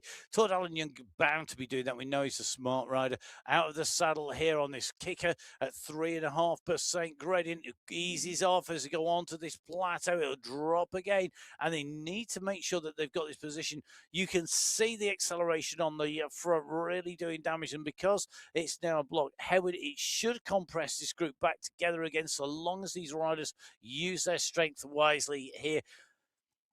Alan Young sits back down, takes a breather here as the leaders go round that left-hand turn. It'll turn across to a 90 degrees crosswind coming from the right-hand side. The riders need to be on the left here to gain maximum shelter. And you don't want to be out in the draft in any way, shape or form here in this group because the speed is high. It is indeed. The speed has been high in the Category 2 race from the get-go. Certainly has. Category 1, well, they all had ants in the pants this morning because they were on the move. Ants in your chamois, pretty much. That's something you don't want. As the riders start accelerating up. It was Jason Osborne who set the tempo at the start. Yeah. The world champion went out with conviction, currently taking the green skin suit and the polka dot skin suit, plus the rainbow bands, aiming for the yellow skin suit at the end as well. Do you think it's cold? Is it cold in Well, I'm not quite sure Jason, you'd want to wear them all at the same time. Is it cold where you are at the moment? Because you kind of like got pretty much all the jerseys, and you wouldn't bet against him in the finish. Dependent on what happens in that run in, he's certainly putting his stamp on the front. Behind, you can see the damage it's done. The chasing group here. It's not 8 enough. riders. Yeah. So 4 riders out front, 8 riders doing the chasing. Few more there, I think. But what can you say? The move is just, well, 3, 6, 9, 10. 10 riders in that group, and they are chasing and chasing hard. Mikhail Kaminsky in the mix. He's got a rider. He's a rider with a good turn of speed as well. But what a race so far in Category 1. They're 25.5 kilometres in, and it has been on fire the whole time. They're 29 seconds behind the leading group. There's a further group behind them. It's just split into pick your group. And you're going to have to race smart in Group 2. If you've got leaders going up the road, you've got to think about how much energy you put into the chase, where you want to be. And remember, of course, prizes run down to 10th place in each of our race categories as well. You don't want to throw away, you don't want to become 11th because you put too much work in and at the same time pull people up. No, but there's some great sprinters in this chasing group because Kaminsky's here, Jones is here, Paradians is here, Andreas and Dont. They're all in this chasing group. Kulsa is here. And Vuyasin is there as well. I mean, it's a really great group. They're just 30 seconds down on the leading 4. And it's another sprint checkpoint that is going to be ticked off the list as they go in through the minor places starting to be awarded in the race, in the Category 1 race here as they make their way in through. Emma, now Pedersen taking away top spot there for Category 1 with Mare for Category 2, Karlstrom Category 3, Chikos for Category 4, the Gesser for Category 5, and Lalowitz for Category 6. Category 1, we saw our 3 leaders go through. They've been scoring points on the way through. Did Osborne take that? Yeah, he has indeed. So Pedersen took the points. Osborne, Knudsen, Skierski, those 4 riders went through. Then it was Kaminski, Paradians, Dane Dont, Panitza, Kulsit, Gledness, Vujasin, Jones, Van He, and Andreasen. That is the chase group behind. There's then around a 20-second gap back to Milostic and Confession, who are the riders chasing with Power and Kroll. Well, birthday boy Jeff Rooney, utilising the fact on your birthday, the rumour has it, the myth, the cycling myth. You legend, race well around you your race birthday. well around your birthday, which means that you should go well on Sunday Race Club if you chose to race on your birthday. Jeff Rooney has chosen to do that. He's a bit of a legend in doing so, and of course, in with this group here. Don't discount Jeff Rooney coming in. Well, will he get a birthday win? Talking about coming in there at the 45.7 kilometre marker. The 47 kilometre marker, so in around 1.2k, is the final sprint checkpoint of the day. Then there's a 2.9 kilometre run to the finish line. It's going to be fast. This is a big group at the moment. Finlay Reddington, the rider in polka dots on your screen there. The green skin suit also in the mix in that category 6 race. And, well, there's around 20 riders in that group. And already into that Yas Marina, this Yas Marina complex that you can go ride if you're in Abu Dhabi. It's used for the finale of the Abu Dhabi Grand Prix, the finale of the Formula One. It is also the home for the end of the 7 Gems race, and the riders in category 6 already in there. Josh Litka leading the category 5 race. Could see Josh on the front. Josh goes well on this course. I'm sure I've seen him at the front of the race coming into the finish of the Yas Marina before. Josh Lipka has got a really great turn of speed. He's also a fabulous time trialer, as well as being Kristen Kulczynski's coach. Yeah. You know, and a great turn of skill. Can I just say, I have just seen somebody on the Sunday Race Club in that leading group in category 5 riding the gravel touring bike that you get at the end of completing the Bhutan challenges. Wow. Well, got his sandwiches in the pack at the front. Excellent.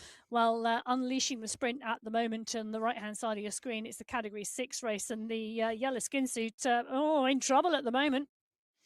Well, let's see what's going to happen as they go through. Sorry, I just looked at the studio. And then green skin suit. The green skin suit that's also could be called yellow. Well, I'm not sure in trouble. Holding the wheel here of Antonin is Lalowitz. I think Lalowitz has got another kick left in here. Really interesting, this run for like it's a long straight run into the sprint banner here. Antonin from Lalowitz. Stanev's on his way as well. Mazzara's trying to come up onto the wheels. He's not going to make it. It's going to be about Antonin hitting the line first ahead of Lalowitz, and then Stanev. Lalowitz is going to hold that green skin suit. He's come in ahead of everybody else. He takes away the checkpoint in terms of the previous ones. He didn't get that final sprint checkpoint, but I tell you something, he's going to have the overall jersey. Great result for him in category 6. As we're going to drop into one of our Swiss riders. We're talking about going to Switzerland for the women's race in our finals. We're into Switzerland. Nice quick step, but short there. Well, Silvano Turati on your screen at the moment, part and parcel of the leading group in category 5, nicely tucked into the pack and keeping an ever watchful eye at the 42.1 kilometre marker. Well, around 9k to go. I do think Quickstep, if I remember correctly, is a click together wooden flooring, laminate flooring. Made by Mappe, which or a sister company of the Mappe company of teams. So I'm pretty sure Quickstep is that. And they're on the wooden flooring at the moment on the boardwalk here in category 5. And with Jonathan Cridland, surrounded by stone rather than woodwork in the pain cave at the moment. He's going to have to hope. With a Mappe hat. He has indeed got a Mappe hat. So they're all, you know, it's a small, what's that, 7 steps of separation between 6? And actually, in today's world, it's normally about 3. Yes, pretty much. Jonathan Gridlin in action. Good to see Jonathan once again in action. The warmth of the southern hemisphere will slowly be ebbing away as we move from their Send it summer north. towards winter. It'll be heading into the northern hemisphere. Pretty cold in the northern hemisphere at the moment in certain regions. Others maybe not quite yet feeling the full effects of winter, although we are at the winter solstice before we move across. Winter solstice in the northern hemisphere, summer solstice in the southern hemisphere. It's going to be plenty of parties, whichever they celebrate, whatever they're up to, because we've got our race finishes coming up very soon indeed. Remember, 50.3k is the final distance, and at the moment, category 6, the nearest there, and sole leader Antonin at the moment has got 9 seconds on Lalowitz at the moment. Antonin with the gap. He's not got that far to go. No, he's not indeed got that far to go at all, and making the most of the small break for the final sprint checkpoint. Antonin now pushing on, going clear, a solo rider heading towards the finish line. That 2.9 kilometre run, he's absolutely made the most of that. It doesn't look like Lalowitz is going to close him down. It doesn't. It's going to be a great way to come in and complete his what will be third Sunday race club, taking 14th place in the Amiens Origami course in Japan, 11th in Australia, so improving all the time. This is looking like this is going to be his best results. Wollongong, he got 11th. You know what? I think this is going to be really interesting if we're starting to see some fresher faces coming in, new riders coming in. Lalowitz behind is chasing, but that's too big a gap, surely, at this stage. The chicane is still to come, so you can blow and lose a lot of time, but it's relatively flat on the run-in, and it is a tailwind. It is indeed a tailwind, and the tailwind gets stronger the closer to the line you get. Antonin, the rider, pushing on strongly here. Just around 250 metres to go. Lalowitz 13 seconds back is the one who needs to be careful, because Botero is leading the charge behind and only 2 seconds down. So Lalowitz in second at the moment, but the pack are coming fast behind. Vela-Pekka Antonin is not going to be caught today with just 100 metres to go. You can see the finish line here in category 6. It's going to be a solo win with no one in the background for Vela-Pekka Antonin today. The Finnish rider is going to win the category 6 race. Big chase behind as Mazzaro comes over the top of Passo. He's going to take second today. Otto Passo and Marcin Krosnios taking the battle to the line for third place today. 15 riders going over the line now. 16 riders, in fact. Jeff Rooney over the line. Happy birthday, Jeff, making it in with that big bunch of riders in category 6 who've already finished. Vela-Pekka Antonin taking his first win on the Sunday Race Club in category 6 ahead of second place at Roman Massaros, with Krawonos in third, Weissenen in fourth, Passo in fifth, Reddington in sixth, Calaro in seventh, Kuipers in eighth. The riders all listed on the MyWhoosh.com website under results. Go get there, get the full results. They're provisional until they get that blue stamp of approval that all the verification checks have been done and completed, which does take a little bit of time afterwards. So all the results at the moment live. Category 6 leaders in, the first of our men's race fields to finish. The next should be Category 5. They are some distance behind Category 6. Category 6 seem to have raced a lot harder than Category 5. Category 6 started 10 minutes before Category 5. Don't forget our new time change. True, but it's still a big gap. 5.5 kilometres. Well, take a look at the size of the Category 5 pack. They are wide across the road, and that tells me that they are, well, I can see it as well because Corbani sat zone 2 at the moment. They are all looking at each other, and that, I think, is because the group size is so big. They've still got that sprint checkpoint to go at the 47-kilometre mark before the run to the finish. So not far behind them, mind you. Yeah. Category 4 leaders are closing. Category 5 haven't closed in on Category 6 maybe quite as much as we would have expected. I think we're going to see an explosion, but still a big bunch together in Category 5. They're not having those breakaways go at the moment. Category 4, again, absolutely brutal. You can just see that group all together. Yeah, they are. It is a big group, and, well, We knew we were going to come down to a number of sprints today. The Category 5 pack just tapping their way up one of the final bridges. But Category 2 have been a light from the start. We've seen attack after attack after attack in Category 2. And at the 36.2 kilometre marker, the next rider to pick up the mantle is X100. 4 seconds clear at the moment of the pack. A big pack behind. We had 48 riders chasing 4 last time we were here. Well, we've now got 51 riders chasing 1.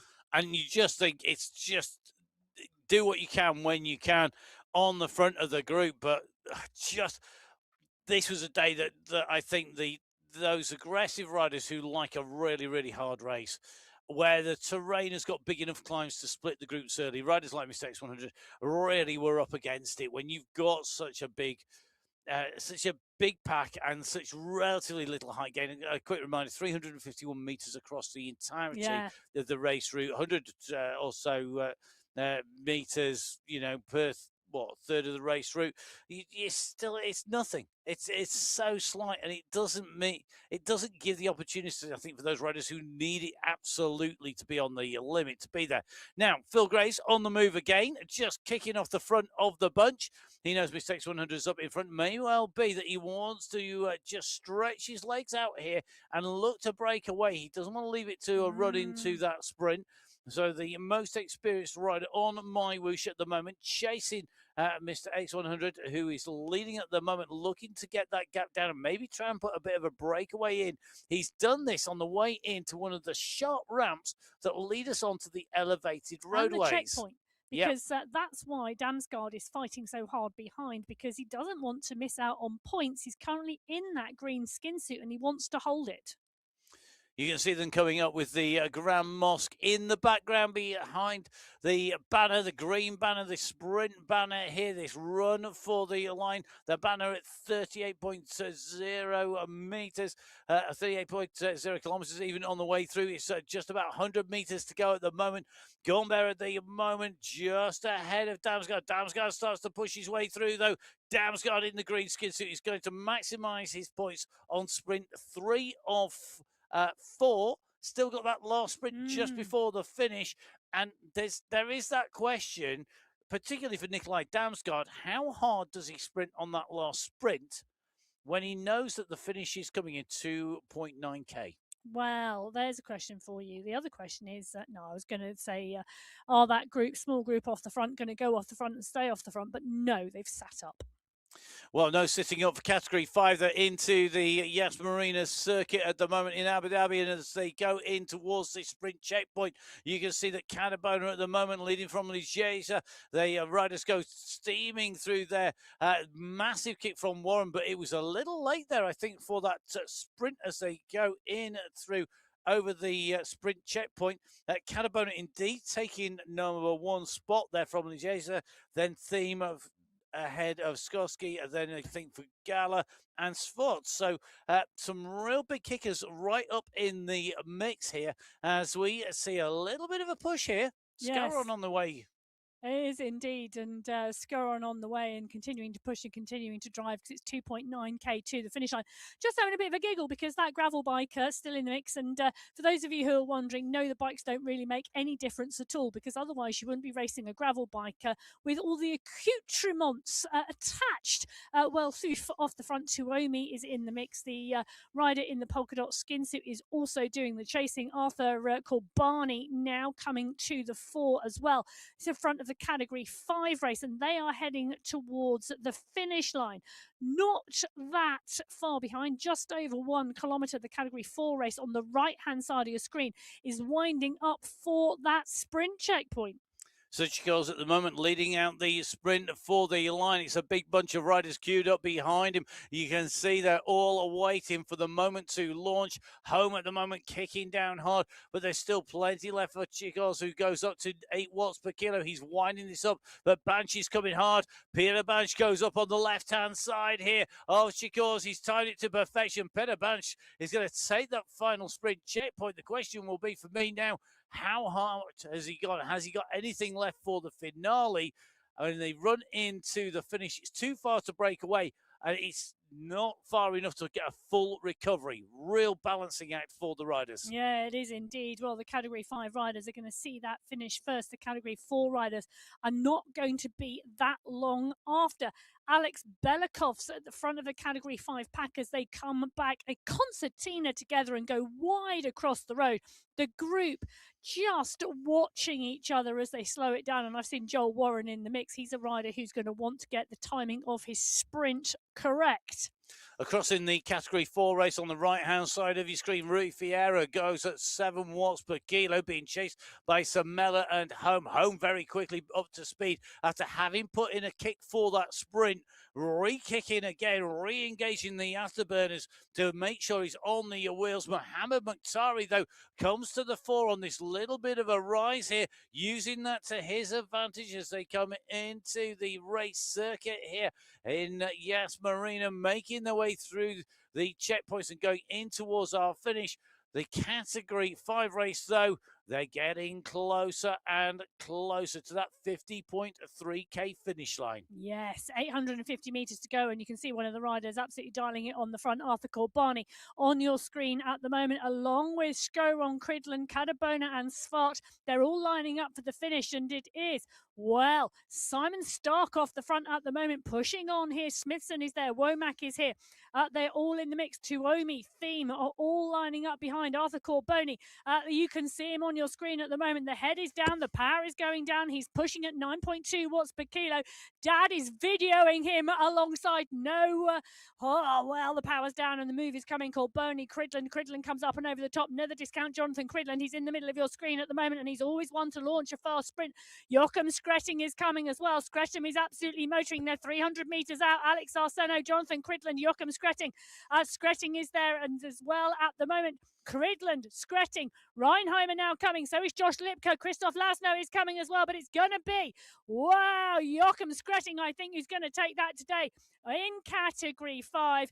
That was some race. Whoa, Lipka was right in the mix as well as Reinheimer and Lasno. What a move.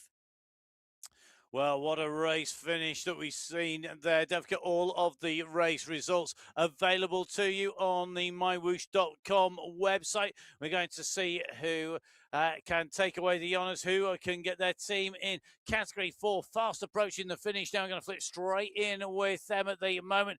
Big kick on the front here, being led out by Bombassini. He's got the gap. Homer, who worked hard to go clear in the gap with Mukhtari in the mix here. Matteo Pino, who's got a huge sprint in the mix as well. Pino could be the one to watch. Category 5 might wave at the 4. Category 4 coming past, but Category 4 coming into the chicane. Tight left, tight right-hand turn. They will see the gantry. Gio Marcin in the mix here, but this long sweeping left will take you to the line. Well, Maroka is pushing on here. Zoanetti, Ferreira and Samela all in the race here at the moment as they continue to drive towards the line. Zoanetti is coming absolutely at pace, but so's Janicki. Jean Janicki now coming at 13 watts per kilo. I think he's going to go up and over the top. Can Jean Janicki make this run? Cancio is there as well. What a move by the riders. Zoanetti holds that race. Absolutely fabulous. What a massive bunch sprint, all coming over the top. Zoanetti takes the win. Janicki comes through in second place. Maroka takes third. Kirchner takes fourth. Pino takes fifth. Well, Josh Zoanetti taking his first win after taking 2 second places in the MyWhoosh Sunday Race Club. A fantastic ride by Josh Zoanetti in Category 4 to take away the win. Zoanetti from Janicki, from Roca, Kirchner, Pino, Jones, Friedrich, Fernandez, Samela in the mix as well. Great racing, great riding here on the MyWhoosh Sunday Race Club each and every week across all of our race categories from Category 6 to 5 to 4 to 3 to 2 to 1. The riders out and racing on this same race route, making their way into our race finish in the Yas Marina race circuit. It's a tough finish. It's a brutal finish to finish off our qualifiers for December. And at the moment, our Category 3 riders at the 48.1 kilometre mark now know that they have got to keep that attention dialed to get to the finish in first place. They've got to get their timing right with the sprint. They're ahead of the Category 2 race where Mr. X100 Bruce Burst and Jace Krasnich are just ahead of Graves, Guerra, along with Bjorklund. So the main protagonists we'd expect to see in the run-in on their way, but they're not yet at the Yas Marina circuit. You can see they're going to go into Ferrari World first before they head across towards the circuit. Category 3, though, it's a huge bunch here. They're going to take this left-hand turn. It'll go from a headwind to a tailwind. It's a long straight run. Then that chicane that basically means that after we come out of the chicane, you've got even more of a tailwind. From a cross tail to a straight tailwind. It means it's harder to brake clear. It means the speed is higher as they go down. And now starting to see Sammy Piatilli on the front here, looking to wind this up, looking to make this long. Kisnowski and Hidani, Stemman, Bloom, Markets and Howeiler. But Sammy Piatilli here really is keeping the pressure on. It's going to nullify some of the sprint speed if he can keep this going to the finish, but we've still got a long way to go. We do still have a long way to go. It's a long, long run, still 1.1 kilometres to go. And, well, the push is on at the moment. Marquez, Tidholm, Bado, all lining up behind Sammy Patilla. It's going to be a great lead-out man for someone. Daniel Tidholm is also there. So is Jesse Langeveen. And I always said, watch Langeveen in the sprint. He times it to perfection. Jan Yazbek is in the mix too, as so is Matus Kalman. Bernard Wozniak is there as well. Christian Montoya, Marvin Angarita. They are all lining up here in the Category 3 race wide across the road. On your screen, Andrada, Squilari, Pulaka, Langeveen and Karlstrom. Oh, Squilari looking of a look of concentration, moves up into the top 10. They've got around 500 metres to go. Patilla still on the front. Squilari now lining up. Hoyas, Marquez, Kalber, Yazbek, Tidholm all lining up. Karlstrom has sat up to watch the racing. This is one big pack and they're going to come in fast. They've got 350 metres to go. Christensen is there. Langeveen now on the front. Langeveen kicks at 14 watts per kilo. Jesse Langeveen is up and out the saddle, pushing on those pedals. Morten Christensen is not going to close it down. Neither is Chai Howeiler. Jesse Langeveen is going to take the win today in Category 3. What a sprint. Karlstrom gives him a round of applause. That was one huge move, one huge sprint. Congratulations to Langeveen. You can see how much effort that took from all the riders. Good call by Emma at the start of the show. Then Jesse Langeveen, well, came at the right time. You know, right place, right time awards go to Jesse Langeveen. The right place is the finish line, the right time. Well, that's first place in his case, 1 hour, 12 minutes and 11 seconds of racing. Langeveen taking the win from Christiansen in that final sprint, a massive sprint into the line. We've already had 42 riders in Category 3 come in and over the line since Langeveen came in and through. Going early works. Well, going early at the moment, Jason Osborne. The 43.5 kilometre mark is now 25 seconds clear of the chasing 3. He was in that group and it was a leading group of 4. It's now a solo lead for Jason Osborne. You know, he's trying to chase down Kate McCarthy's number of wins for the world champion. It's behind by around 1. Well, are they not equal when they get to the line? No, she's one ahead. Osborne, Pedersen, Skiski. Pedersen, Skiski throw me out completely. Pedersen, Skiski and Knudsen chasing Osborne at the moment. Then it is a gap back from Osborne to the chasing group, the larger chasing group. Jones, Dane, Paradeans, all in that group. They are 1 minute behind Osborne. On the left-hand side of your screen, it is the Skiski, Knudsen group. Pedersen is there as well. Those are the chasing 3 at the moment. I don't think it's too early to call that they could be battling for second, third and fourth.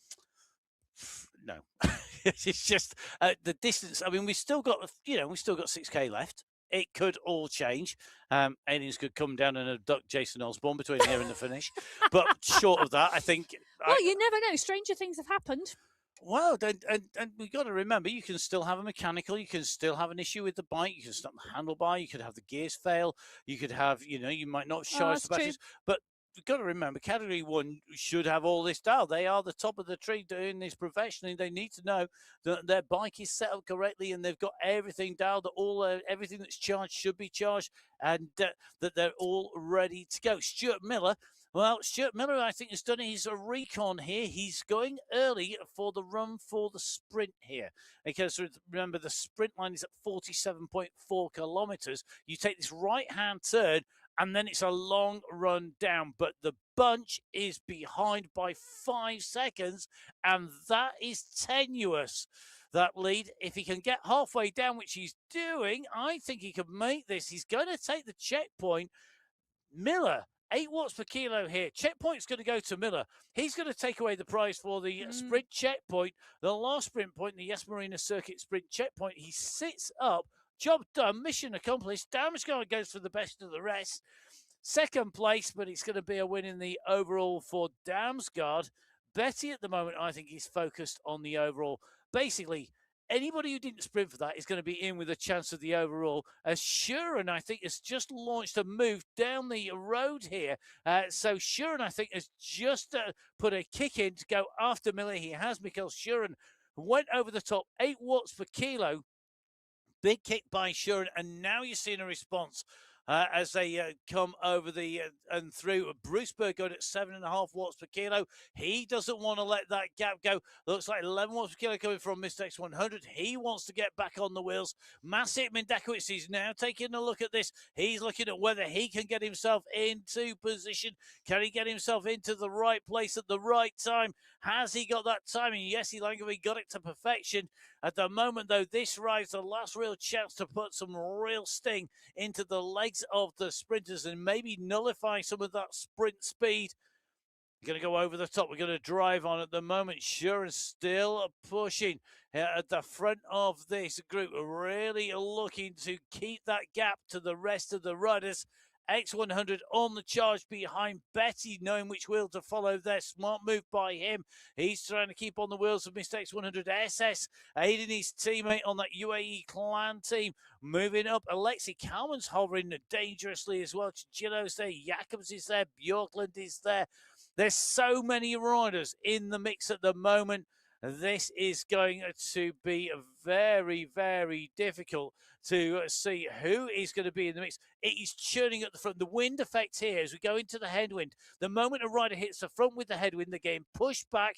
You've seen those positions changing at the front of the group very, very quickly indeed. We come round the turn.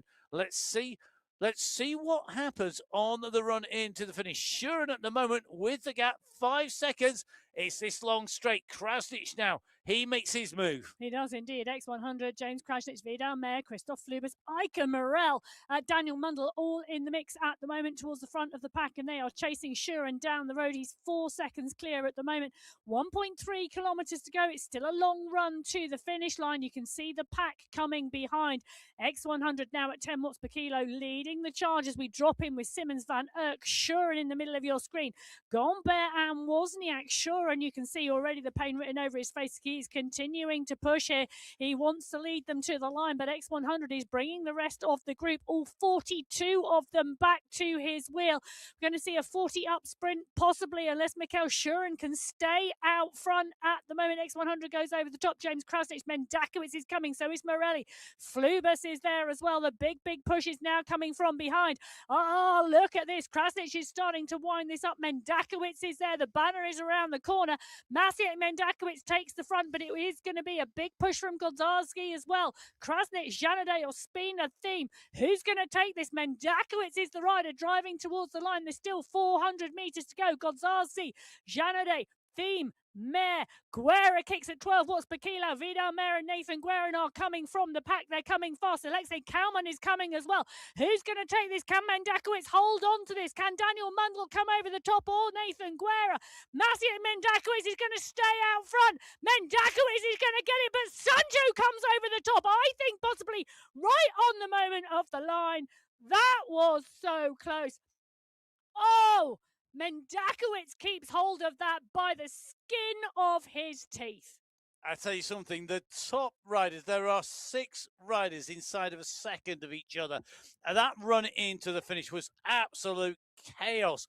Guerra and Mundell were chasing, but Kalman came over the top. He's at 0.979 back in 6th. Vidal Mayer in 5th at 0.978, so separated by 1,000th of a second. You've then got Bjorklund coming in at 0.834, just behind Maciej Skierski. Mads Buster coming through in second place. Buster for the Abu Dhabi team, absolutely rocketing up to the front. But Maciej Mendakowicz held on there at the front of that race. How he kept clear.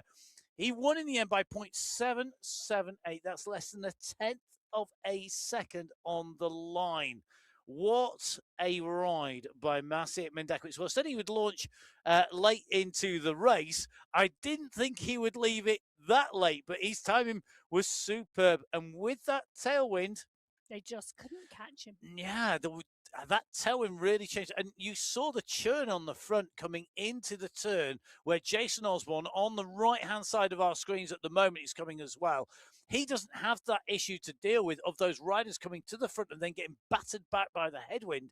He is on his own. He knows what he's got to deal with. He just needs to roll it into the line. He's got 30 seconds on the group behind as Niall Pedersen moves down and up. He shifted the gear, accelerated away a little bit there, just put the pressure on Knudsen and Skierski here. So Niall Pedersen, speculative little push through there. I don't think that's a full-on attack, but most definitely testing the rest of the riders who are racing for second, third, and fourth place. That's Knudsen along with Skierski, Pedersen in there as well. The leader, though, Jason Osborne, around that left-hand turn. He's on that long straightaway at the moment before you come into the chicane leading into our race finish. At the moment, though, it is 4 riders clear of the rest of the bunch. It's 1 rider clear of chasing group of 3. That is Jason Osborne. He's taken checkpoint after checkpoint to take the green jersey as our sprint winner. He's taken the checkpoint for the climb of the Leeward Desert Climb to take away the climb competition and that checkpoint as well. He's going to make this 3 jerseys plus that World Champs jerseys, as Emma already said, because he's going to take away the win here. Jason Osborne has a 30-second gap. He could cruise to the line. He could almost run to the line, but fortunately this is esports, not cyclocross, because he comes into this long sweeping left-hand bend that will see him line up for the finish. Osborne, imperious. Well, he is indeed. He's the king of cycling esports, 3-time world champion, and he's on for his 51st win on the MyWhoosh Sunday Race Club here today. As he heads under the UCI banner, Jason Osborne takes the win. The sprint is going to be on from behind, and Pedersen absolutely dialing this. Knudsen is moving through, so is Skierski. 3 riders all fighting and battling for second place behind Jason Osborne. Pedersen leading this out. Knudsen and Skierski close on the wheel. Pedersen, Knudsen, Skierski. Skierski goes over the top of Knudsen. Can Skierski goes over the top of Pedersen before the line? I think he can. He's got the momentum. Pavel Skierski takes second place today over the top of Pedersen, right on the line. Knudsen finishes that off. What a sprint. And Kaminski is leading the charge for what will be 5th place today. He's leading the charge, but he's got Paradines coming at 13 watts per kilo behind him. He's just going to come onto his shoulder here. The momentum is with Paradines. Paradines comes over the top, goes down the right-hand side, takes the most of that tailwind. Paradines comes in ahead of Kaminski, Jones, Andreasen, and Vujasin. What a race finish here in the Yas Marina here in Abu Dhabi, home, of course, of MyWhoosh. And these are your overall results from today. You can see Jason Osborne with that winning race time, 1 hour, 7 minutes, 28. Aggressive from the get-go, very much at the fore, taking away the sprints and the line competition. He came in 27 seconds ahead of Pavel Skierski. Skierski, though, just ahead of Niall Pedersen. Great sprint between the 2 youngsters there, with Michael Knudsen coming in only just behind, 0.4 of a second behind them. A further 30 seconds or so back, Paradines ahead of Kaminski, Jones, Andreasen, Vujasin, and Panizza, all inside of 1 minute here today. In fact, you've got to go outside the top 12 to go outside of a minute. Very fast race here today. All of the results available on MyWhoosh.com. Go to the main menu and go to results. Make sure whilst you're online that you follow MyWhoosh on social media. It's at MyWhoosh on Instagram and Facebook, and my_whoosh on X. Don't forget that it's our finals next week. Dum, dum, dum. The final women are in Sunday Switzerland. Race Club of 2025. Yeah. Women in Switzerland, men in Colombia. They're going to be two very exciting races. Our team competition comes into play with the top 7 teams getting their fastest 3 riders' times added together to give you that position, the top of the standings in the teams, worth money. All top 7 teams in each race category receiving prize money as well. So extra to play for, extra to race for in our finals, in our individual riders as well. And we are going to have a real fast, frantic and fun finale to 2025 next week. Thank you very much for watching today. Do hit that subscribe button on YouTube or on Twitch TV. Thank you, everybody who gets in touch, not just on the YouTube channel live, but with biking_Emma on Instagram, or Matt Fixer Pain on Instagram as well. We do love to see what you're up to, or we do try and respond to everybody on the way through. Don't always quite achieve it, but we do try and get as many people as we can. Thank you, everybody who's been in touch. Thank you for watching. Thank you to our riders for keeping us entertained on the way into our finish here today. And a massive thank you to the team at MyWhoosh who make the racing happen, make the whole of the MyWhoosh platform work, and of course the broadcast team who make it happen. I know some of the MyWhoosh team will be heading home for their holidays. I wish them a very happy Christmas. And if you celebrate, have a great Christmas. If you're having a holiday, make the most of your time. I hope you're going to jump on the bike on MyWhoosh.